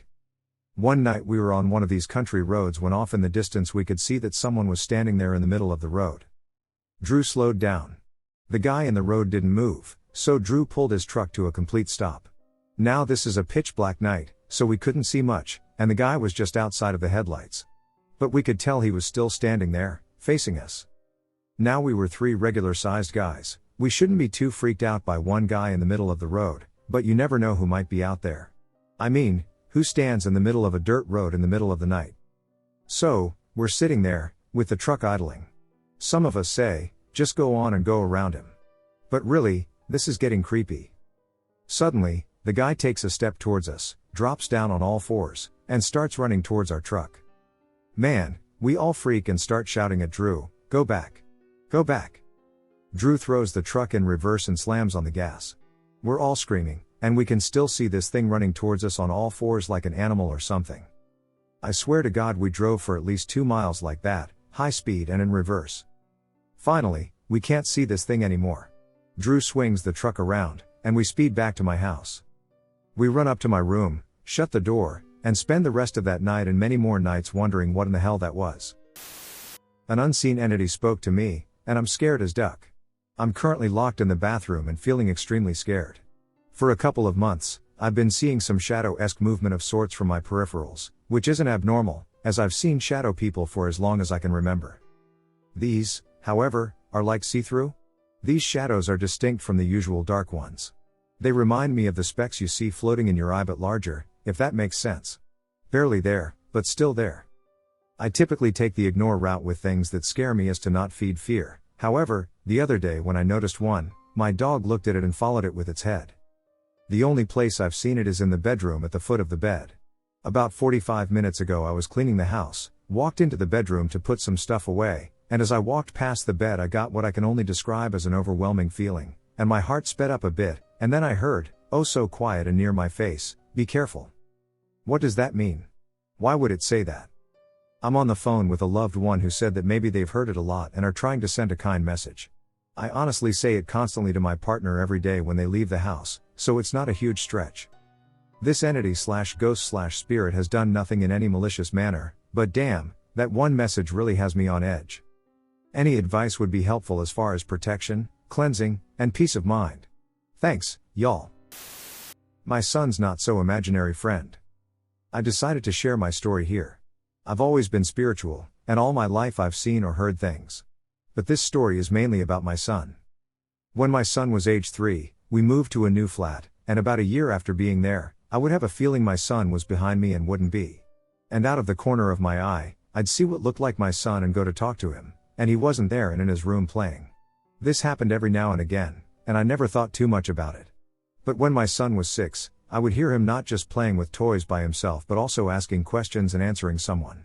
One time he was having a full-blown conversation in the bathroom whilst brushing his teeth. So I said to him, "Who are you talking to?" And he said, "Tommy." So I asked him who Tommy was. And he said, "My friend, Mummy." I said, "Okay, so what does he look like?" And he answered with, "Just like me." So I thought, I wonder if this is who I've been seeing on and off for a few years. So I said, "Is Tommy a ghost?" He looked horrified and said no. So I spoke to my mum about it, and she said, "Well, he would think of a ghost as being scary. Ask him if Tommy is a spirit." I thought, well, he won't know what that means, but I'll try. So one afternoon I said to him, "Is Tommy a spirit?" And his mouth dropped open, and he said, "How did you know that, Mummy?" And I didn't want to say too much as I didn't want to put ideas in his head. So I said, "I'm just guessing. How do you know he is?" So he started telling me how one day Tommy sat on his bed and said, "Don't be scared, Jack, but I'm a spirit," and my son looked at me and said, "But, Mummy, I wasn't scared, as I don't know what a spirit is." So I said, "Well, you're very lucky, as not everyone can see them, as a spirit is someone who died." And he said, "Oh wow, well, Tommy is back alive again." So not to scare him, I left it there. That night I was watching TV and heard Jack running down the hallway, and his face looked round the doorframe at me, so I said, "Jack, why are you up?" And he vanished. I got up, and Jack was fast asleep. I then went on holiday for a week without his dad as he was working. We went to a caravan, and my nieces were asking Jack if Tommy had come, and he said, no, he said he was staying behind to watch Daddy. So I didn't think much about that. We got home, and my husband was behaving strangely, causing arguments, and always walking out for hours. And I kept feeling Tommy, and I was speaking with my mom and said how my husband had changed and Tommy seemed angry. My mom said to try and connect, but I never did try. It was a Saturday morning in August, and I had my cousin's wedding to go to, and my husband was an usher. I woke early to an eerie feeling and then a noise that something had dropped. I looked out in the hallway, and Jack's door sign was halfway down the hallway and standing upright. No one could have done that, as Jack had stayed at my mom's. At the wedding I caught my husband on the phone to an unknown number. We had a huge argument, and he ended it there and then. I was heartbroken. I never felt Tommy at home again, and Jack said he had gone. I felt so sad for Jack, as he was upset about his dad leaving, too. It also came out my husband had brought this girl back to our flat whilst I was on holiday. So it made sense why he was watching his dad. And also why I felt Tommy was angry when I got home. I went to see a medium who told me that my son had a friend called Thomas. That sent shivers down my spine, as obviously Jack said Tommy. She described what he looked like, and again I went cold as she just described my son. I asked her why he isn't around now, and her answer was, he was there to protect Jack. All I could think was, why did he leave when he was upset? So when my son was 14, I had a conversation with him and said, "Do you remember Tommy?" He said yes and described the clothes I used to see him in. And he said, Tommy would come and sit with me when Dad was really shouting and scared me. He would make me feel safe. And then all these years later, what that lady said made sense. He didn't need to protect Jack once he left, as Jack was no longer scared of his dad's temper. Woke up to an unknown spirit looking at me. So my parents built my house, and nobody has lived here before. Before it became a residential area, the land was a county park. I was staying at home for the weekend in my childhood room and fell asleep at 2 a.m. At 3:40 a.m., I woke up facing the bathroom and clearly saw a man in his 50s-60s, dressed in denim, standing in the bathroom, watching me sleep. I screamed, "Who are you? How'd you get in here?" I screamed at the top of my lungs. I blinked, and he was gone. I have never seen the man before and did not recognize his face at all, but I saw his entire body and face as clear as day. The only issue we have had with potential spirits in this home was once when we were little kids. We said our dad was home from work and were talking to him, but nobody was in the room. I told my dad about the situation and described the man to him. He immediately thought it was one of the 3 brothers who built our house. One had killed himself some time after building the house, the other brother added an addition after our parents divorced, but shortly after killed himself when he lost his job at the local mill. My dad said that the brother who put on the addition was always wearing denim and matched my description, but I disregarded this theory because it seemed irrelevant. 2 weeks later, my dad then sent the name of the brother, and upon Googling him and seeing his obituary picture, I got goosebumps and my eyes started watering. Dad said that he thought about the brothers a lot when he was living in the house, specifically sleeping in the original master bedroom that turned into my room, which is where the spirit visited me. The oldest, surviving, brother was his boss at the mill where he worked for 15 years. I have no idea if this information is relevant, but I figured I would include it. So they say spirits visit with a message. Does anyone know what it is? A laugh from nowhere. Back in college, I was hanging out with my friends one night, and I realized too late that there was no more public transport available. So, I asked one of my best friends to take me home on his scooter since we don't live too far away from each other. He agreed, so we decided to hang out longer with everyone and have a few drinks. Don't worry, everyone sobered up by the time we headed home. It has been more than a decade ago now, but from what I can remember, we took off at around 1 or 2 a.m. The roads were empty, and it was super quiet, so we chatted happily while on the road. We got to this area where there were no houses, only trees that were far apart from each other, so if there were people there, they would be very visible. Even at 1 a.m., as the moonlight was bright enough that night. We were telling jokes and laughing out loud, partly to shake off the eerie quiet of the night, when suddenly, we heard a woman's laugh, loud enough that we both got quiet instantly. It sounded like it came from right behind me. Keep in mind that we were on a moving scooter on an isolated road at 2 a.m. We both got instant chills, and I immediately wanted to cry. I'm a scaredy cat, yet I love these sorts of stories lol. He quickly asked me, who was that? I looked behind and on both sides of the road, there was no one there. Not a single person, not even a stray dog. I looked up at the trees, cause it was mostly coconut trees, so I looked to check if there was a person on top for some reason. But nope. I laughed nervously and said to him, you heard it too? There's no one around. We both agreed that it sounded like it came from behind me. Fearing the worst, he drove faster until we got out of that isolated area. He still had to drive back on that same road after he dropped me off, but he made sure to drive fast. Even more than a decade later, we remember that experience and bring it up from time to time as one of the creepiest, unexplained experiences we both have. I'm traumatized and can't sleep in the dark now. When I was young, I had a paranormal experience that traumatized me. I am now 26 years old, and this story still haunts me since I still have no answer to what happened. I have always been a little skeptical about paranormal stories. I believed in them since that day, but I still have a rational judgment before telling myself that what I can live is paranormal. My mother raised me, my sister, and my brother alone. We all knew my great-grandmother and my great-grandfather. I remember them a little, but it's still quite blurry. Mom's great-grandfather passed away from cancer when I was 5, and my great-grandmother died when I was 7. Shortly after the death of my great-grandmother, my mother and us were talking about them while watching Asterix. It's something we watch near Christmas in Quebec, about how much we missed our great-grandparents. Later in the evening we all went to bed, and we heard a heavy bam come out of nowhere. It was as if a lightning had fallen near our apartment. My mother panicked and came to check if we were safe. We fell asleep on this event, not giving too much importance to it. From the next day on, paranormal activities started. It started with little progressive things. The volume of the television went up and down on its own, the lights flashed, there were noises in our locker, and little things to which we gave no real importance since we were always looking for a rational reason for the events. After a while, the situation worsened for me. I don't know if it was sleep paralysis, but I would wake up at night in my bed, and I would hear a bang in the wall behind me with a constant pattern. It marked me so much I was even paralyzed with fear. I could not turn around. Neither move nor speak. It lasted a few days. I remember panicking and talking to my mother about this problem. I did not even want to sleep in my bed. I slept with my little sister for a while. Paranormal activities have never been beyond this, but we were all so scared, and my mother, not knowing what to do, had brought us to church and bought rosaries. I remember hanging it on the bed, and at night it was my only consolation to my probably irrational fear.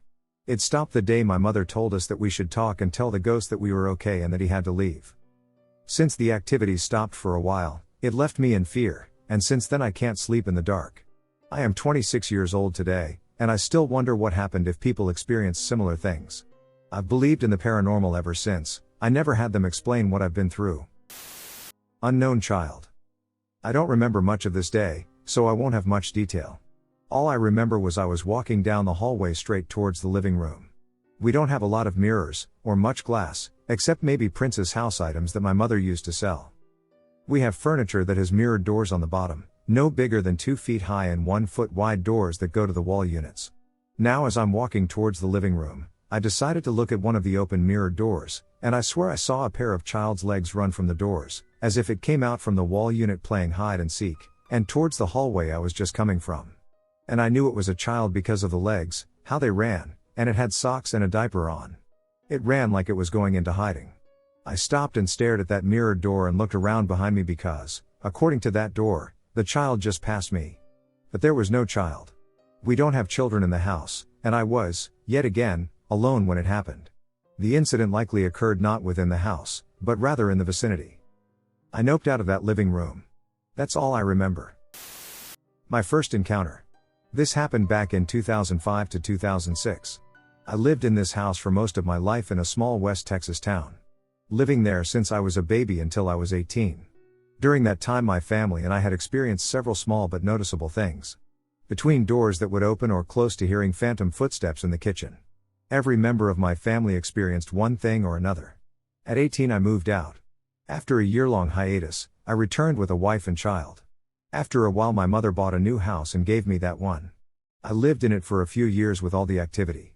I eventually got divorced, and my ex-wife moved out, taking my kids. That's when things began to get a little more sinister. Doors would slam violently, and electronics began turning on by themselves, even after being unplugged. Then I started seeing figures out of the corner of my eye, always disappearing when I turned to look. During this time I got accustomed to living in my room.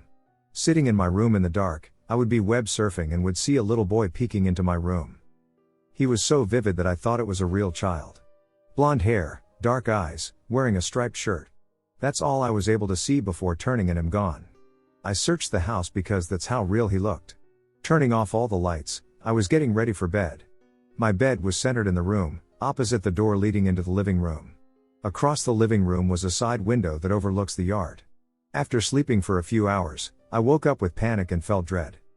I sat up in bed and saw a shadow of a man wearing a large hat standing in front of the window. I stared trying to get any details off of this black figure standing in my living room. Finally, I grabbed the flashlight off my nightstand and shined it in the direction of the figure, but it was gone. I would see this figure in different areas of my house. The last time I saw it in that house, I had been out drinking, and like a routine, it was standing in front of that window always around 2:30 to 3 a.m. I was hungover and debated going to work. I finally decided to go in late and got around 3 hours into my shift when I got a call telling me that my house was on fire. I worked 30 miles out of town and sped all the way home. I rounded the end of the block to see flames shooting out of my house. After 4 hours of fighting the fire, it was finally put out. I couldn't enter the remainder of the house until the next day when it was cooled off and aired out. Going through the damage, the entire living room was gone. After talking with the fire marshal, he said that the fire started in the area where I would see the shadow hat man, and the cause of the fire was ultimately unknown. Can't help but wonder if this hat man was trying to help or hurt me. This is one of many ghostly experiences I have been through. It showed itself to me. One day my wife brought home a stone statue of the face of Buddha. A man gave it to her while she was removing trash at work. The man exclaimed he wanted to get rid of it, but he'd feel bad about throwing it away, given his religious beliefs. So my wife took it home with her because she thought it was cool and would serve as a nice decoration. Not long after, the air in the apartment began to feel more dense. Being alone felt more menacing. I'm currently out of work right now due to COVID-19, so while my wife is at work, I often try to take naps to pass the time. I began to start hearing faint whispers in my room while I tried to sleep. At times, it felt like there were full-blown conversations being had by two separate voices. This was not new to me, however. Since I was young, I've considered myself sensitive to feeling and sometimes hearing things. I've had instances in the past where I'd hear my name be repeated over and over while I'd try to sleep for months at a time.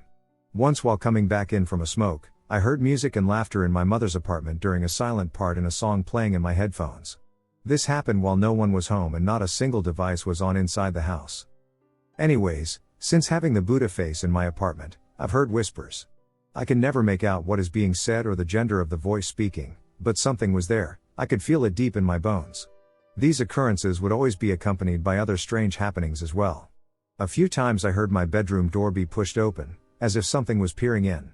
I'd slowly open one of my eyes and see that my door is closed, however. Other times I'd hear something in another room or even in my room fall over without any explanation for it. I do have an active imagination and watch a lot of horror-related videos and movies often, so there were plenty of times during this where I chalked all of this up to just that, my imagination. However, the past few days I've had an overwhelming sense of dread lingering in my room whenever I'm alone and even sometimes when my wife is asleep. The whispers started to come more frequently. I put two and two together and hypothesized that it could be connected to the Buddha statue, given that it was the only new variable in our lives. I told my wife everything, and she agreed that we should go to our local Goodwill and just get rid of it. So later that night we put it in the trunk of her car, and all of a sudden I'm compelled to curse at it. This is especially odd because I'm not a confrontational person whatsoever. I don't challenge people, let alone spirits and the unknown. My wife looks at me in confusion and mouths the word no because taunting whatever could be bothering us was definitely not the right idea. I brushed off my random compulsion as just heavy emotion and began to get in the car when suddenly I saw a figure appear in front of her headlights and pass by my door. It was maybe 5 foot 10 inches and completely gray in color with absolutely zero features. It flew by me so fast, yet I felt as if I looked at it for nearly an entire minute as I studied its physique and its movements. Its entire body looked as if it weighed maybe 50 pounds if it was a living person, with its arms and legs being as thick as small branches. Its arms were in a position as if they were posed to run like an athlete on a track. There were no sharp edges that I could see on this thing, only rounded out ends. My head never moved from the position it was in to see it during that quick second. The weirdest part of that experience was that I'm mostly blind in my right eye, and yet I saw it perfectly through that blind eye, clear as day. When it left my view, I instantly was given a massive headache and extreme nausea followed by a massive anxiety attack. I was absolutely frozen in fear knowing what I just witnessed. My wife looked over at me and asked me what was wrong, and I couldn't even speak. For a minute or so, I couldn't even blink. I had just witnessed the spirit come from my apartment and go to the back of the car where the Buddha statue was placed. If anyone has any thoughts on this, please let me know, anything would be helpful. Alone in a bayou. I was 8. My mother compelled her husband to take me hunting. 3 a.m., this dude wakes me up, we drive 4 hours to the hunting woods in a beat-up black S10. This man, who weighs more than 400 pounds at the time, is accompanied by a 60-pound child in a tiny truck equipped with a 3-wheeler in the back. Anyway, we flip the 3-wheeler on ourselves and wind up leaving 30 minutes after we get there. He decides he's going to take me to Uncle Gary's farm to hang out 2 hours back the way we just came. So we go. It's like 7 a.m. we haven't eaten and really haven't spoken. This is 1996, so parents chain smoked in the car with kids still, and I had a nick buzz, so I was dizzy and tired and hungry, so I passed out in the truck. Until 4 p.m., I wake up with no one around. I'm cold and hungry, so I get out of the truck, walk up to the farmhouse door, and peek through the glass. I see a variety of strange activities going on, including people playing poker in their underwear, smoking cigars, and rolling hand-rolled cigarettes. I walk around the side of the house to the main windows and look directly at my stepfather. He jumps up, puts on a shirt, and gestures for a tall, bearded man to follow him. "Oh shit, little man, we didn't get to go hunting. You want to go bat hunting, though? In the bayou? Gary will give you a .22 and a tent, and you can camp down there and hunt bats." I'm like, "Duck no, I want to go home," but you're basically obliterated on booze and God knows what, so I just stand there and look at him and this person I've met one other time. They proceed to load me in the back of the truck with a 3-wheeler, a freaking baby-sized tent, and a .22 with a case of shells, and drive me into a ducking bayou 45 minutes before dark in December. They drop me off and depart with the 3-wheeler. I did not make a fire, I didn't know how to. I still haven't eaten, and the tent they gave me wouldn't stay together, so I started walking. About 20 minutes in, I hear something whip past me overhead in the dark. I stopped, looked up, nothing. I continue, and I hear what sounds like a woman screaming. In the region we had a few panthers get loose from a traveling fair in the 80s and take off into the woods, so I, being aware of that and a small kid, I cock the .22 and stand still. Then overhead I hear something again. Now the setting here is a pathway with water on both sides leading to a small dirt boat ramp, the bayou spot out into the Arkansas River at some point, and apparently the cat fishing was great out there. Trees ran the length until you hit the ramp area, all sorts in varying sizes, some alive and busy, some dead due to winter. I continued forward with only the moon to light my way. My big orange jacket was like wind jacket material, so it swished as I walked, but that sound I kept hearing overhead was way different, just like the sound of footsteps behind me. The cold shock feeling of your nerves firing from stimulation kept hitting me, and I could feel something watching me. Now unknown to me, This boat landing was a secret type of thing only Gary and my stepdad's family were allowed to use or even knew about, so when I heard the swoosh over my head, heard the footsteps behind me hasten up, and saw an orange light about 60 feet behind me, I attempted to stop and speak to whoever just apparently walked up out of the bayou on me, because we do that. It's the South, you just say hello. Besides, duck, I didn't know if I was on somebody's land. The sound stopped, but the faint orange light stayed still. Hey, excuse me, but I'm not trying to trespass or bother anything. My stepdad dropped me off out here as a joke or something. I don't know, they were drunk. The light moved back. I heard a swoosh again and a rustling to my left. I bolted. I dunno what made me do so at that moment, but I ran the whole, what felt like miles, but honestly had to be only a mile run back to the farm and up the driveway, man.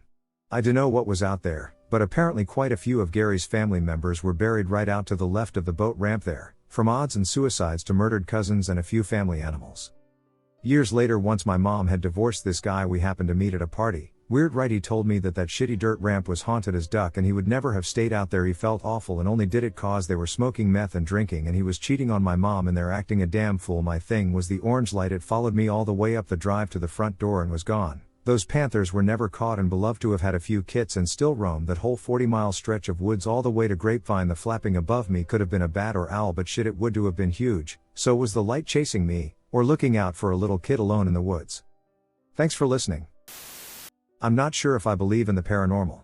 I always try to find some sort of reasonable explanation before freaking myself out. But my new house has had some events happen that are hard to explain. I and my 5 other family members moved into a nearly brand new house this past summer in July. The house is only 3 years old, and the previous family lived in it for 2 years. Now I'm not sure if this has anything to do with the incidents, but we actually live across the street from a fairly large cemetery. The cemetery is quite new and doesn't really give off any creepy vibes. The first incident happened about 2 weeks after we all moved in. I was sitting in the living room on the couch reading The Mist while enjoying our new fireplace. My sister was in the basement, and my parents had gone out grocery shopping. I hear what sounds like a car pulling into our driveway and the garage doors opening. My dog, who always comes to the door to greet my parents when they get home, comes running out of the bedroom and looks out the front window like she usually does when they get home. I expect them to come in the back door any second, but I hear nothing. My dog is running back and forth from the front window to the front door. I finally get up to go and see what's taking them so long, and there is no one in the driveway. I figure maybe they are already in the garage, so I go and open the garage door, and the garage is empty. At this point I'm a little bit freaked out but decide I'm just not used to the house and the noises it makes. My parents get home about 15 minutes later. I mention it to my sister, and she tells me that when she was upstairs in the kitchen, it sounded like someone had come in the garage, yet no one was there again. The next story involves my mom. This happened probably a month or so after we moved in. It was the middle of the day in the summer, and I was in my room studying for my summer course finals. My mom was in the kitchen doing dishes. She calls to me from the kitchen and asks if I've just heard anything. I tell her no, I was just sitting in my room quietly. She then tells me that while she was doing the dishes, she heard a loud male voice, basically right in her ear, yell, "What are you doing?" It was so loud that she assumed I must have heard it too. Our house has very high ceilings, and everything echoes, so you can hear noises from across the house. I didn't hear a thing. That story still freaks the both of us out because either the house is haunted, or my mom is losing her mind. This next story, and probably the last one I will mention because this is already getting too long, is one that involves me and has been happening since before Christmas now. I live in a small bedroom on the upper floor of the house. All of the bedrooms have carpet that makes a very distinct sound when you walk across them. I usually sleep with earplugs in because we have a toddler living in the house, and I enjoy my sleep, but occasionally, when she is away for the evening at my sister's boyfriend's house, I'll only sleep with one earplug in and lay my other ear on my pillow so I have the freedom to hear when I like. Starting in the early winter, sometime before Christmas, I am woken up around 4:30 in the morning to what sounds like somebody walking across my carpet at a regular pace. I wake up very easily to sounds, so I'm not overly concerned. I immediately assume it is my cat and sit up in bed to see what he is doing. I turn on my cell phone and shine it around my room like a flashlight, and I don't see anything. I'm a little scared at this point because I sat up so quickly, there was no way my cat could have walked in and out of my room that fast. A few minutes later I hear my cat walking down the hallway and into my room. He was on the other side of the house. I'm a reasonable person, so I try to justify these noises as something to do with my earplug rubbing up on my pillow and sounding similar to the sound of my carpet. However, the noises have continued over the months, happening every few weeks or so for a couple of nights in a row. Whether I have both earplugs in or no earplugs in. At this point I've only mentioned this happening to my mom because she believes in paranormal stuff. I'm starting to think that I'm going insane, or beginning to develop schizophrenia or something, and I am genuinely concerned about the noises I'm hearing at night. Finally, my mom tells me that my sister, who lives in the basement bedroom with her boyfriend, has been hearing the same noises at night. Except rather than hearing someone walking across their room, they've described it as someone crawling across their floor. When I heard this, I didn't sleep for a couple of nights. The last time I heard the noise in my room, it sounded like there were multiple footsteps running around in my room. I've been sleeping with both earplugs in lately and haven't heard anything for at least a month now. The man in the stairs. I could say it was almost criminal how disrespectful this ghost was. The audacity of this spirit to just scare the pants off of a defenseless child who was already fearing the worst when it came to the most common noises you would hear at night. This 9-year-old kid already had enough bedtime problems. I could say with confidence that this horrifying experience was one of the main reasons why I had trouble falling asleep until the time I became a young adult. It was a cool spring weekend night, and my family traditionally spent the Saturday evening watching a movie. Ironically, we were fans of horror movies, including myself. Those days, I saved myself from the most scary scenes by covertly looking to the other side of the room or focusing on grabbing some popcorn. This way the demon-toothed fairy lady from Darkness Falls wouldn't haunt my dreams. After the movie was done, it was time for bed. Since I was about 5 years old and started sleeping on my own, I had trouble going to sleep. I had nights where I just couldn't take it and cried for my dad or my mom. It was very hard, and it affected everything in my life. Every day there was always the dread that night was coming, and the closer it got to bedtime, the more anxious and depressed I got. I was also a part of a big family who grew up in the same city I was raised in. Therefore, I heard stories about my neighborhood's history growing up. Some wholesome and some very dreadful, like the countless burnt-down buildings, private housing being built on top of graves, and the plague of violence and drugs infecting the hallways, apartments, and streets of the city. The building we lived in was a part of that history. Housing tortured souls who could not resist the end of a needle. In the past and even at the time, substance abusers used my building's hallways and abandoned apartments for shelter. They utilized the building's complex maze-like hallway system to conceal their narcotic appetites. This epidemic was always accompanied with death and violence. It was safe to say there was a lot of negative residual energy within my building walls and quite possibly within my own. Bedtime came, and I was faced with a harsh reality that I will once again be under the cloak of darkness. I usually slept on the bottom bunk and my younger brother on the top. We also owned a foldable bed frame with a twin mattress for when we had guests or sleepovers. My brother agreed to sleep on the bottom bunk while I slept on the foldable mattress. This way we were on the same level, and I at least had someone close and in my field of vision. I made 2 mistakes that night, and you can say it cost me every last bit of hope that the bumps in the night were just bumps and not the act of a ghost or worse. My first mistake was the way I lay out of the bed. I set it down to where the front of the bed, where I would lay my head, was sticking out parallel to the room door. Once I would lie down, I could see the dark outside hallway, an unwelcome vista. I did not realize this mistake until it was too late, and my fear of basically every sinister being I was aware of at the time kicked in. As you can probably guess, my second mistake was leaving the door open. And you may think I could just turn around and keep those bad thoughts out of my head, but it was not that easy. My eyes were locked on that doorway. I always somehow convince myself that once I look away or close my eyes for too long, I will be a goner before I know it. The hallway was still, silent, and dark. We lived in a duplex apartment, so my hallway had a solid banister that blocked you from falling onto the stairway that led to the first floor. That is pretty much what I was staring at all night. After about an hour, I started hearing footsteps going up the stairs. These were gentle and purposeful strides, with the only audible sound being the creaks from bending wood. I assumed the first floor bathroom was out, and my uncle wanted to use the bathroom up here. After a few steps, I expected and was basically praying that his head was going to pop up from behind the banister. It never did. It got worse because the steps never stopped either. I was confused and scared, and I tried to fight the fear with logic. We had a house cat, and it wouldn't have been out of character for him to be walking around the house at night. After another hour of this endless walking, that theory was out the window. It was obvious to me that these were the stairs creaking from pressure because I had lived in that house for about 4 years, and I knew the sounds it made very well. My fears were confirmed when finally the thing that was making its way up and down the staircase finally showed itself. I saw a dark shadow pop up from behind the banister. The silhouette was in a distinct shape, like the top of a hat. I saw more of the figure as it made its way up more steps. I saw a head and a neck covered with a collar from a button-down shirt. It stopped at about the fourth step from the top. The figure turned its head towards me. There were no eyes, just dark shadows overlaying the sockets where the eyes should have been. I was petrified. I couldn't breathe, I couldn't speak, I couldn't move, and I could not look away. I was in the staring match of my life with an unknown entity. The pressure I felt was immense, as if the bed was going to give at any moment, and I was going to fold down through the middle onto the ground. I was in disbelief at what was happening. My 9-year-old brain could not make sense of it. I was trying to determine what beast or demon I was dealing with based on all the scary movies I have seen. I remember clearly that I really did not want to be faced with Chucky because he was the one who scared me the most. Hours passed, and my nightmare face-off was still going on.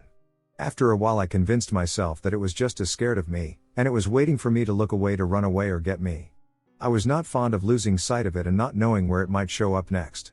It was kind of like when you find a spider in your room and you call your older sister or brother to kill it, but you don't take your eyes off it because you do not want to end up with the worst case scenario, finding it on top of you while you are trying to sleep in bed. Light found its way into the room and, soon after, the hallway. The shadow dissipated with the light, and I was finally able to move. I quickly turned on the TV and let the sounds of Tiny Toons soothe me to sleep.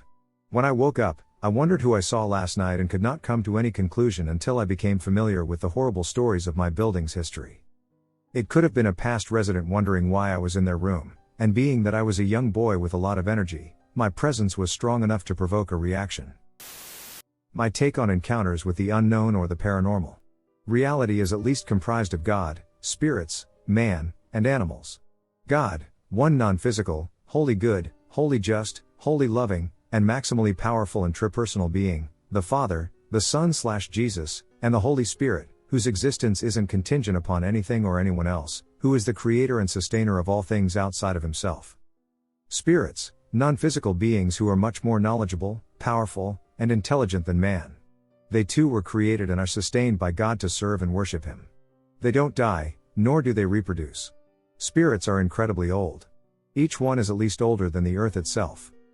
Man, physical beings with a non-physical aspect created by God to bear and reflect His characteristics and for the purposes of serving and worshiping Him.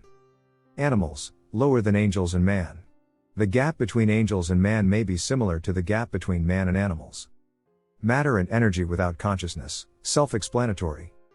Notice how there's this logical progression in power and authority from mindless matter and energy to matter and energy that can make decisions and act under its own volition, animals, to spirits that are embodied by matter and energy, man, to pure spirits to finally, a maximally powerful and necessary spirit, God.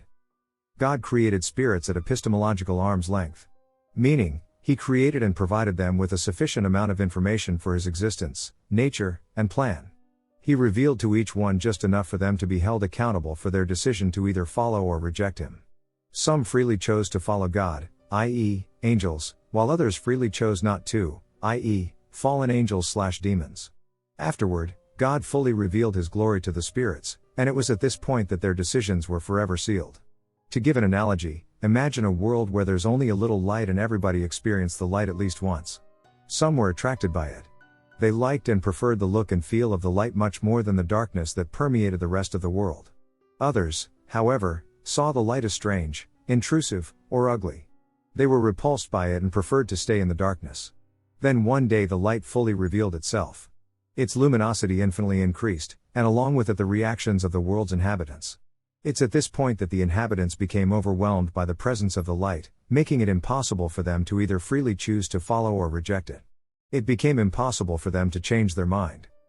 Then God created man at epistemological arm's length and is in many ways currently going through the same process as He did with the spirits. God is giving each one of us enough experience, knowledge, and time to be held morally responsible for our decision to either follow or reject Him, but not too much as to overrule our free will.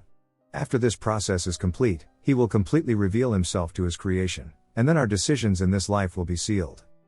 The Bible teaches us that angels are empowered to give dreams and visions and can interact with matter and energy in the same way we can. They can also appear in bodily form. Since angels are naturally without bodies like ours and can presumably communicate with each other, then it stands to reason that they're able to communicate through non-physical means. This raises the question, how much of our inner thought life is influenced by fallen angels? Look at the Barney and Betty Hill case. Barney reported having the thought and urge to pull off onto some isolated road and clearing before he and Betty were allegedly abducted by aliens. How many times have you read or heard of a UFO witness or abductee say that they just randomly had the thought to go somewhere or look somewhere prior to their sighting or encounter? And why do UFO/alien encounters change with the times, beliefs, and values of their observers? Is it because these beings are meticulously calculating and creating scenarios that will inflict the greatest damage against God, His followers, and their futures? As I said before, not all spirits follow God. This means there are evil spirits, beings of complete darkness, who are giving dreams, visions, knowledge, misinformation, and thoughts, as well as appearing and interacting with people for nefarious purposes. Terrorized by something unknown. I moved to a new house with my GF. Here recently something has been dragging a nail across the window screen, but on her birthday it upgraded to stalking me while she was enjoying her B-day. I went to go fishing at night with a buddy of mine, and while down there we kept hearing screaming off in the distance. It sounded like a woman screaming bloody murder. We wrote it off as nothing, but as we walked back in the dark, we heard the jingle of chains or a bell. And something moving fast between trees getting closer, so me being me, I pointed a gun towards the noise, and it immediately ran away, but it sounded big and very fast, too fast to be a normal person. We backed away, and when we got to the house, we fired warning shots just in case it was a person, but later we heard more screaming than someone that sounded like a young woman yelling, "Hey!" The chuckling, I don't know what's going on, but I went out there and found a footprint that looked like a giant wolf but had an elevated point/claw at the back.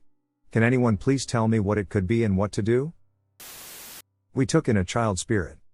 When my daughter, Anne, was 2.5 years old, I noticed she was getting more creative with her imagination. She would talk to people who weren't there, and she would play games throughout the house, and it was as if there was another child there, but we didn't always have kids around, so I was fine with her having an imaginary friend. One night I had her in the bath, and she was very focused on the bathroom door. She was waving and motioning toward herself as if she were asking someone to come into the bathroom. I asked her why she was doing this, and she told me her friend wouldn't come in. She wanted him to take a bath. I asked her why, and she said he was always really dirty. I asked her who this little boy was, and she told me she didn't know his name, but he lives here too, and he says where he sleeps is cold and wet, and he hates it. I told her it's okay, maybe he will bathe later. I got her out of the shower and put her in her jammies. She immediately went to the living room couch and opened a Sesame Street book and started telling her invisible friend all about Big Bird, Bert, and Ernie. Her dad shrugged this off, but it made me wonder where she came up with all of that. I told my mother-in-law about what had happened during bath time, and she made a call to the person we were renting our home from. She was a family friend, who told me that it would make a lot of sense if she was communicating with the ghost of a little boy who had passed away on the property back in the early days, like way back when. She told me that some papers, possibly a journal, had been recovered from that land, and it was written in them that a boy who lived on it had fallen ill and died unexpectedly. The family, for unknown reasons, put the boy in a well, and she knew this to be true because human bones had been recovered from it some 20 years prior. She informed me that she had documented everything and found it to be true to the best of her knowledge. My daughter is charismatic to those she knows, but she is not an extrovert and has never put herself out there. I have always been an empath, so I knew to investigate. So pretending to be super sweet to an imaginary friend was weird to me in a way. For the next few weeks we experienced weird stuff. One day I was spring cleaning and took a mirror off of my bedroom wall to put it on another wall, and for the time being I washed it with Windex and covered it with a blanket, facing it toward the living room wall to get it out of my way before I put it back up. At this time the neighbors were helping us rearrange the house, and their son was playing with Anne in the living room. I hear an ear-shattering scream and run in to see my child bleeding from her hand and the neighbor's son holding a huge pair of fabric scissors. I knew these scissors were put away in the computer desk that they were playing near. I took the boy to his mama and asked her to take him home. She asked him where the scissors came from, and he said the other boy told him where they were.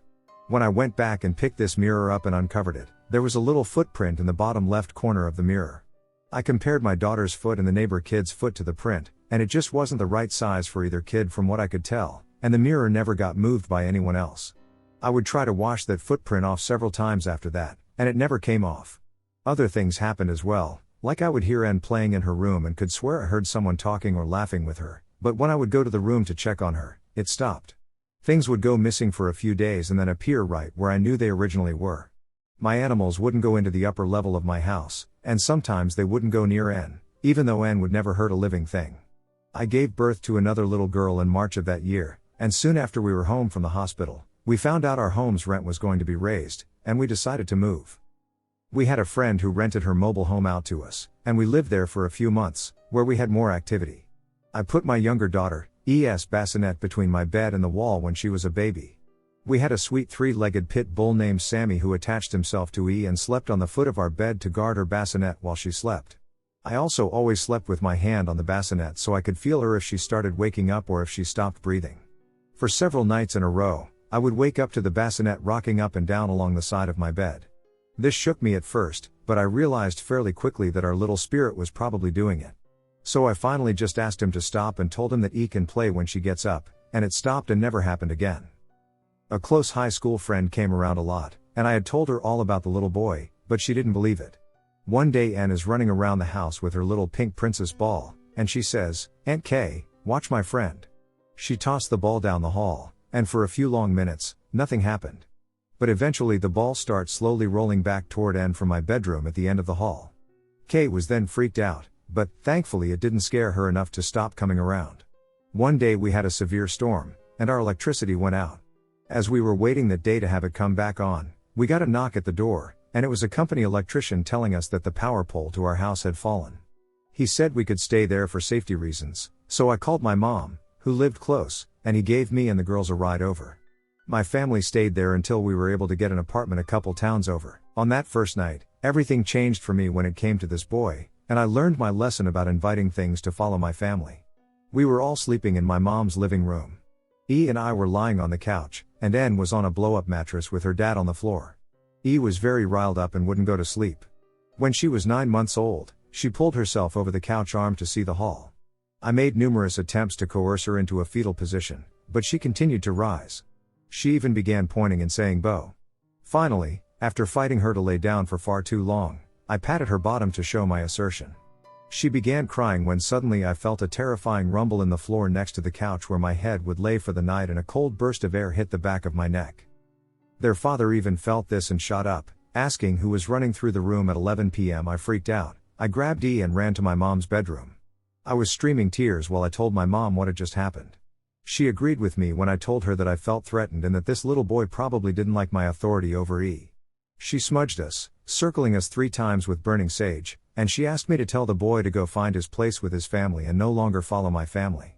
I did this with as much force as I could, and thankfully we never had experiences related to him again. From that point on, I've always had my mom, who is pagan and practices Wicca, come and bless my house, and I've always kept clear crystals in windows to help bring positive energy. When I was stationed in England, we lived in a haunted house. Hands down, absolutely haunted. It took a year or so for us to admit it, but after so many things happening, we finally agreed that it was.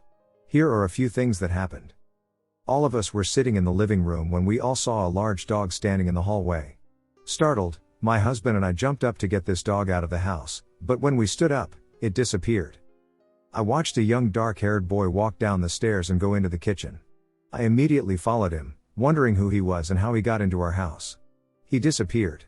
The only way out of the kitchen was out the back door and into our backyard, which was surrounded by a 6 privacy fence. The back door was still locked and closed. He just wasn't there anymore. My kids were playing on the computer, which was in the large upstairs hallway next to our bedroom. They heard a noise in our room. My hubby and I were downstairs, and when they looked at our closed door, they watched the doorknob turn.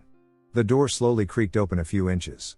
They came screaming downstairs, and my husband and I checked the house, but nobody else was in there. For about 6 months, we had the great light bulb mystery.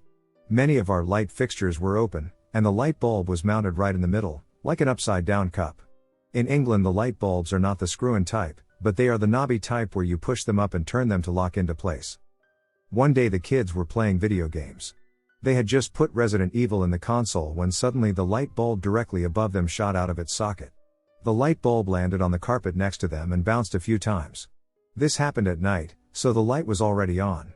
They said all of a sudden everything went dark and the light bulb bombed them. I wasn't in the room, but they did come screaming into the living room after it happened. Another light bulb one was when I went into the dining room one morning and all 3 bulbs were lying on the floor. Not broken, and nothing was out of place besides the light bulbs. In the hallway, the light bulb shot out of its socket and shattered when it hit the floor.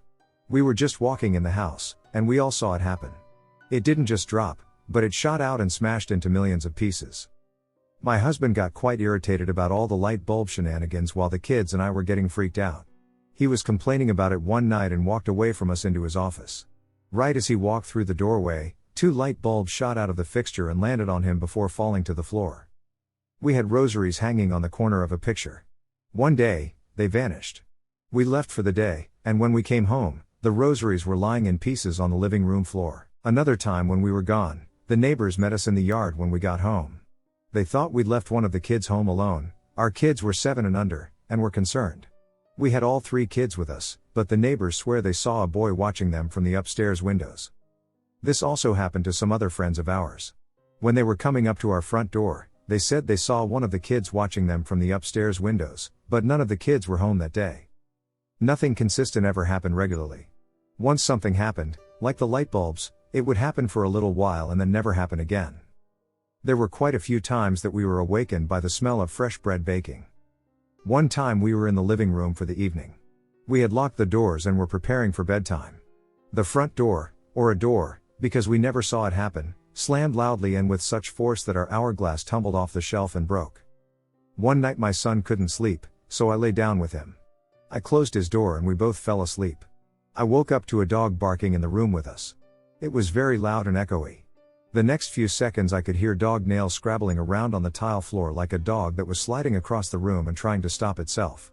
The very next second, my son's toy shelf, which was 5 shelves tall, crashed to the ground, blocking the doorway and scattering toys all over the floor. It had been in place for 3 years, was very sturdy, and we'd never had a problem with it before or since.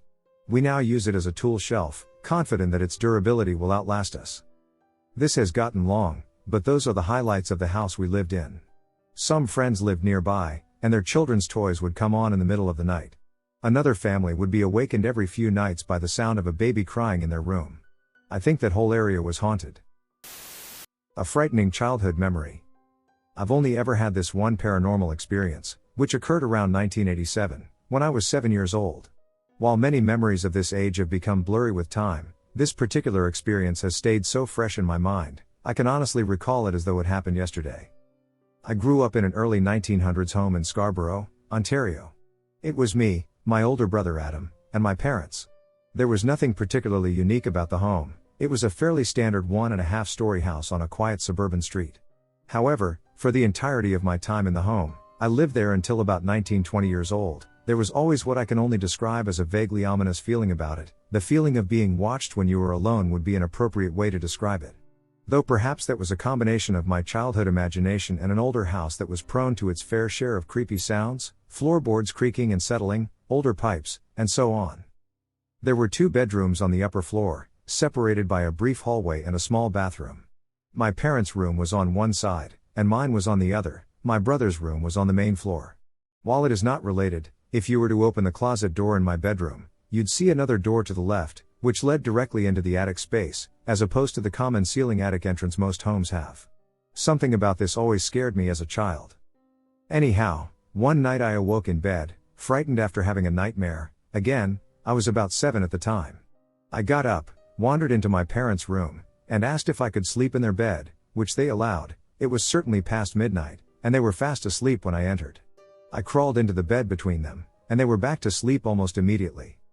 I, however, wasn't able to fall immediately back to sleep. I remember lying in the middle of the bed, staring into the darkness of the room, which was slightly illuminated from the small amount of moonlight that came in through a skylight. The wall opposite the bed was entirely closet doors, the traditional wooden blind style that was very common at the time. I lay there, eyes open, for an unknown amount of time. It was then, clear as day, that what I can only describe as 3, people, floated out from the closet doors opposite the bed and towards where my parents and I slept. It may sound crazy, but I didn't move, didn't scream. I only remember being frozen with fear. I can best describe them as looking a pale, illuminated white, though with a very distinct, brighter white line/aura outlining their bodies. Their faces and features were visible and clear. One moved to the foot of the bed. I remember him as an older-looking bearded man wearing some sort of gown/robe. Another moved to the right side of the bed, an overweight looking man. The other, which moved to the left side of the bed, I can still see it so clearly. It was a young woman in a dress that was about knee length, and the way she moved/glided, something about it was so distinct. It reminded me of dancing, or how a dancer/ballerina would glide across a stage. I recall lying there, terrified, frozen, and thinking there was no way this could be real. I thought if I closed my eyes long enough, when I opened them they would be gone. So I closed my eyes, repeatedly, for as long as I could, and every single time I opened them back up, there they were. Standing there. My best guess is that at some point I closed my eyes so long that I must have eventually fallen asleep, because this is where the event ends. Again, I didn't yell, move, or nothing, though I do not recall feeling as though I couldn't. I just felt too terrified to react. The next morning when I woke up, I went down to the breakfast table and, with fear and confusion, outright said, "I saw ghosts in the room last night." 3 people came into the room, to which my parents' immediate reaction was to somewhat chuckle and brush it off. However, it was then that the scariest thing of all to me occurred. Before describing what I had seen in detail, my older brother, sitting across the table from me, looked me dead in the eyes and said, "Did you see the dancing lady? Even just writing it here makes my eyes well up." "I've seen them too," he said, and then proceeded to describe what I had seen in perfect detail. "Were they white with a bright outline around them?" Never before or since have I had anything happen that I could really describe as paranormal, but this one experience, was so vivid, and remained so in my memory, that I could never forget it. I can assure you it was no dream. You may be thinking, this sounds like sleep paralysis, which, yes, it does sound like. However, I have never had any sleep paralysis experience that I am aware of, and it most certainly doesn't explain how my brother knew exactly what I had seen and was able to describe the fine details of so accurately. Sadly, my brother passed away a couple of years ago, but when we met up for Christmas a few years before that, we actually brought up the experience. "Do you remember seeing ghosts in our house as kids?" I asked. "The dancing lady," he responded.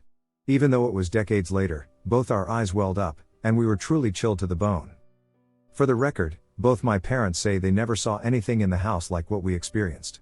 My mom, however, says that when they had first purchased the house, on many nights they could faintly hear what she described as classical music playing through the walls. I'm 39 now, and to this very day I still feel like if I stare into the darkness too long, they're going to show back up. Truly bizarre. Shadow in shape of a human following us. My mate and I were walking back from walking his last home. Early hours in the morning. We had parked fields on our left and houses and streets on our right. Anyway, passing the last street, I've turned for some reason to look behind me. I saw this shadow in the shape of a person run out of the alley but was actually floating. He was off the ground, not sure whether he had feet. Across the path, as it is, the grass has just vanished. I never mentioned anything to my mate because I thought I was tripping balls. About 10 seconds later, he shit himself because there was a shadow thing walking right beside me, shoulder to shoulder. Now I would probably never have mentioned it again, but the fact that I never told him what I saw until he mentioned it. The fact that both of us have seen it. I cannot find anywhere on the internet what it could be or why it showed itself to us. My dad owns a farm that is on top of an old Native American camp. Just to add some context to the story, I'm 24 years old and Native American. I'm 24 now, and I'm Native American. While I didn't practice witchcraft at the time of this story, I now do. Also, any time I went to the property with my dad, my friends and I always stayed in a separate camper to ourselves so we could stay up late and not keep my dad and stepmother awake. My dad owns a property in Virginia that he visits every weekend.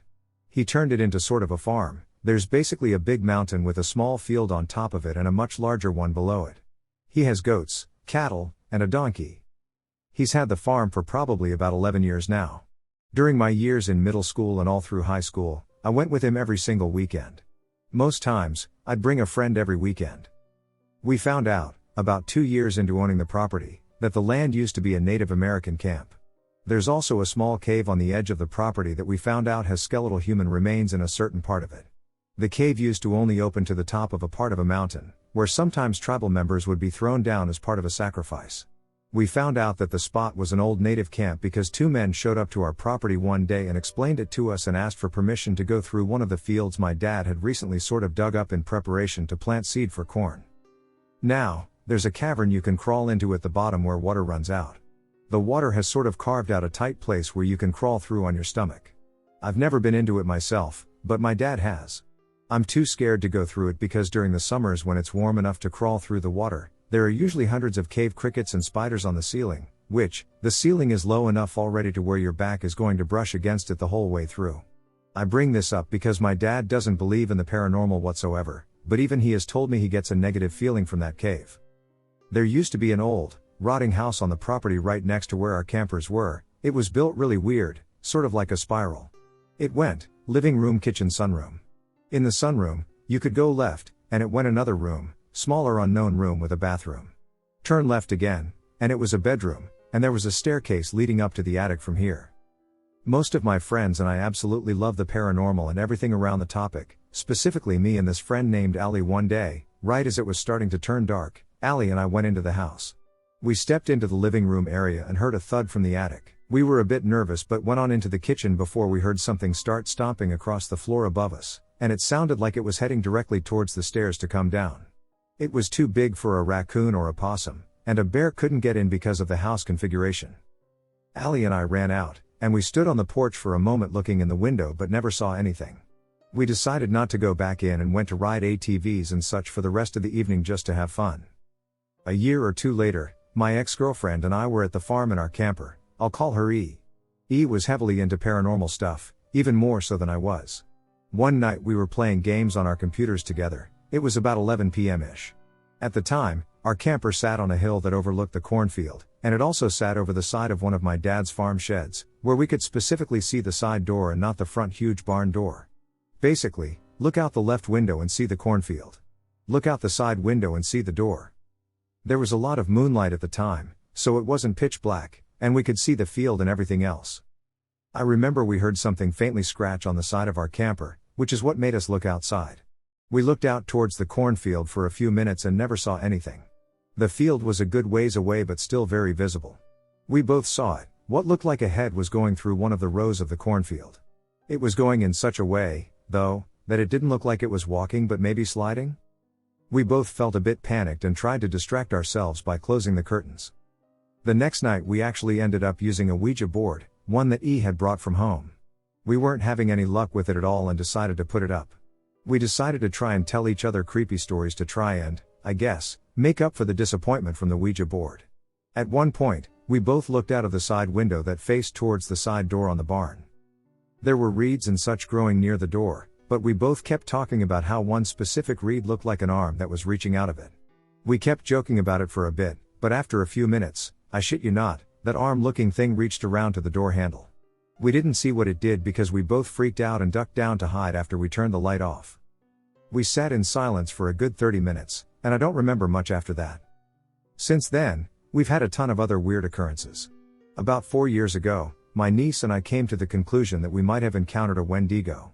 The reason why is because she and I were going through the trails on one of our ATVs together with our small Chihuahua, Tiny.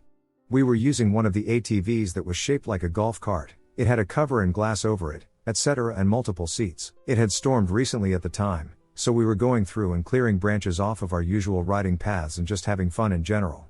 Every time my niece and I got out of the ATV, Tiny would stay in the middle seat and just watch us and wait until we got back in. We always stayed in his sight, though he was a clingy boy. He passed away in 2020 at the age of 18. At some point, Tiny began to get nervous, making whining sounds and letting out little yips.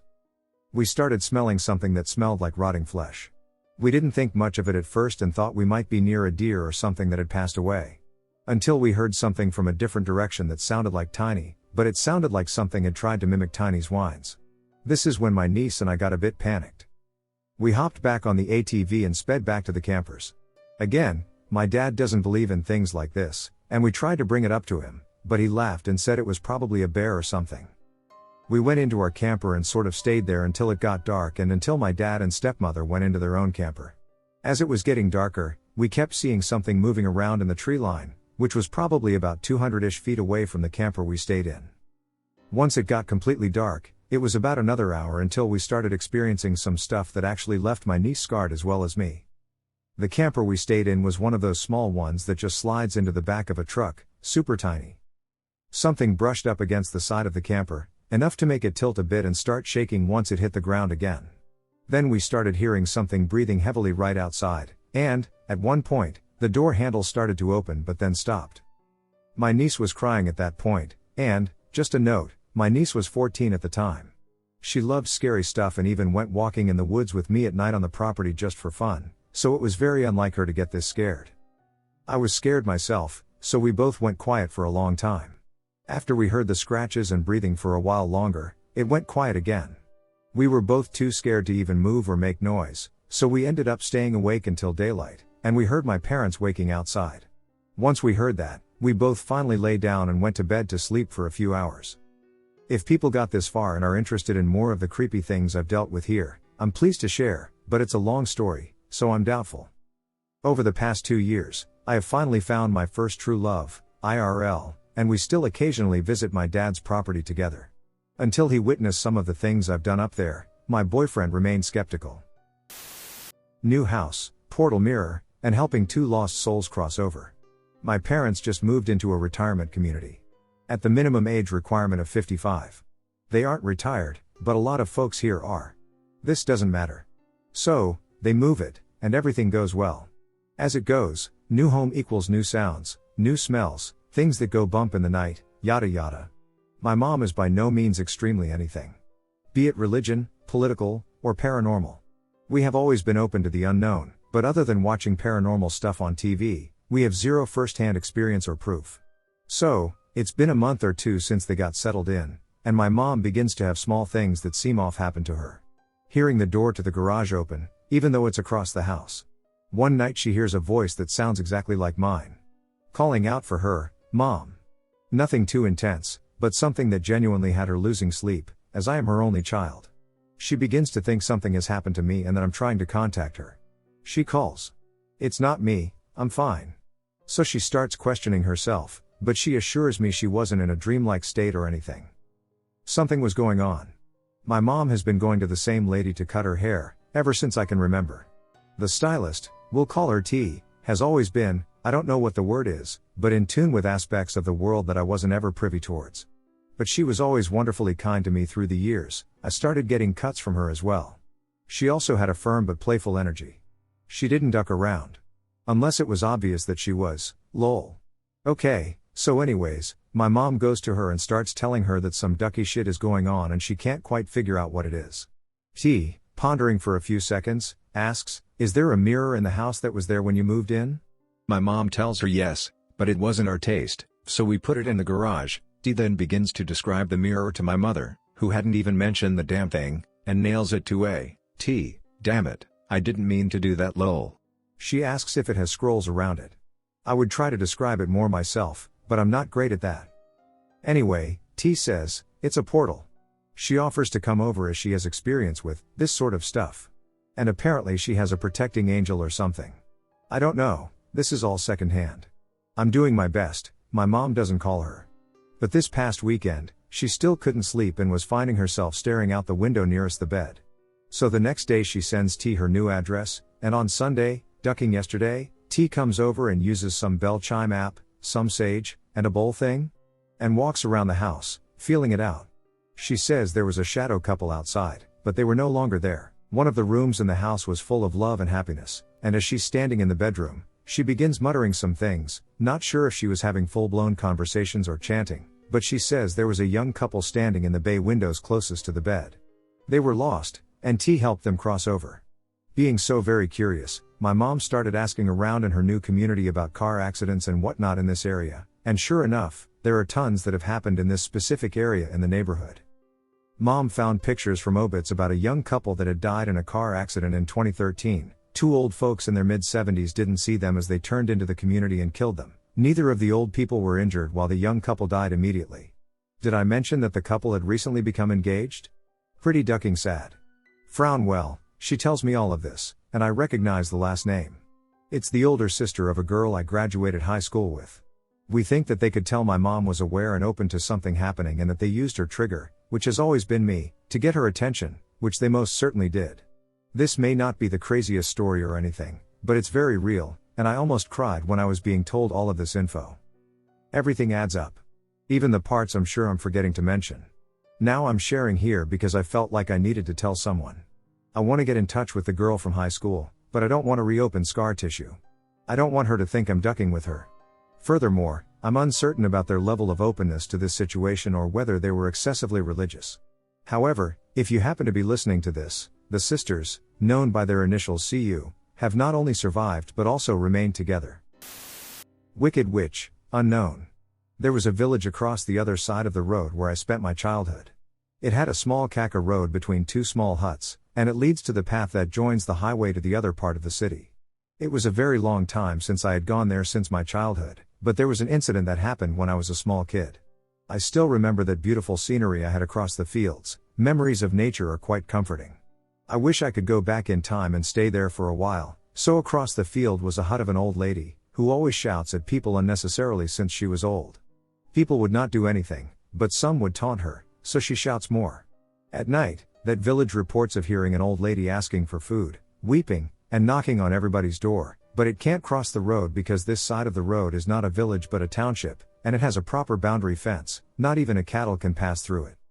A few days passed, and people now started speaking of that weeping sounds of an old lady hungry for food. They heard that sounds disturbing their sleep, and they doubted that old lady across that field, so as they were superstitious, some of the old men suggested bringing a tantric to know about that weeping lady.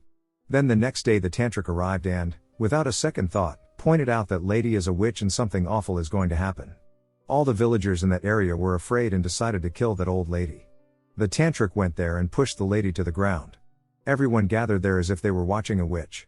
Next, the tantric tied a rope around her neck and dragged her in front of everyone, and no one came forward to speak for that lady.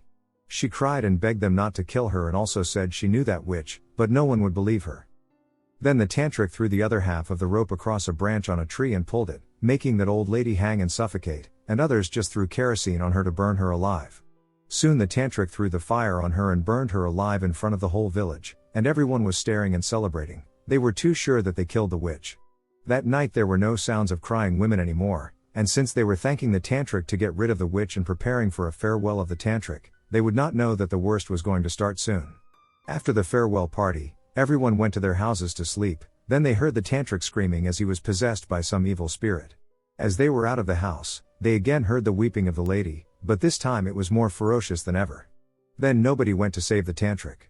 The next day, tantric was found dead in his room with his skull open in two pieces, and they went to see that old lady's house, where they discovered all the things that a witch would be afraid of. That old lady was protecting their village for so many years, and now the witch has no one to fear and roams freely in their village killing whomever she likes. Slowly, people started dying, and most were men. And the whole village became haunted. That wicked witch took her revenge.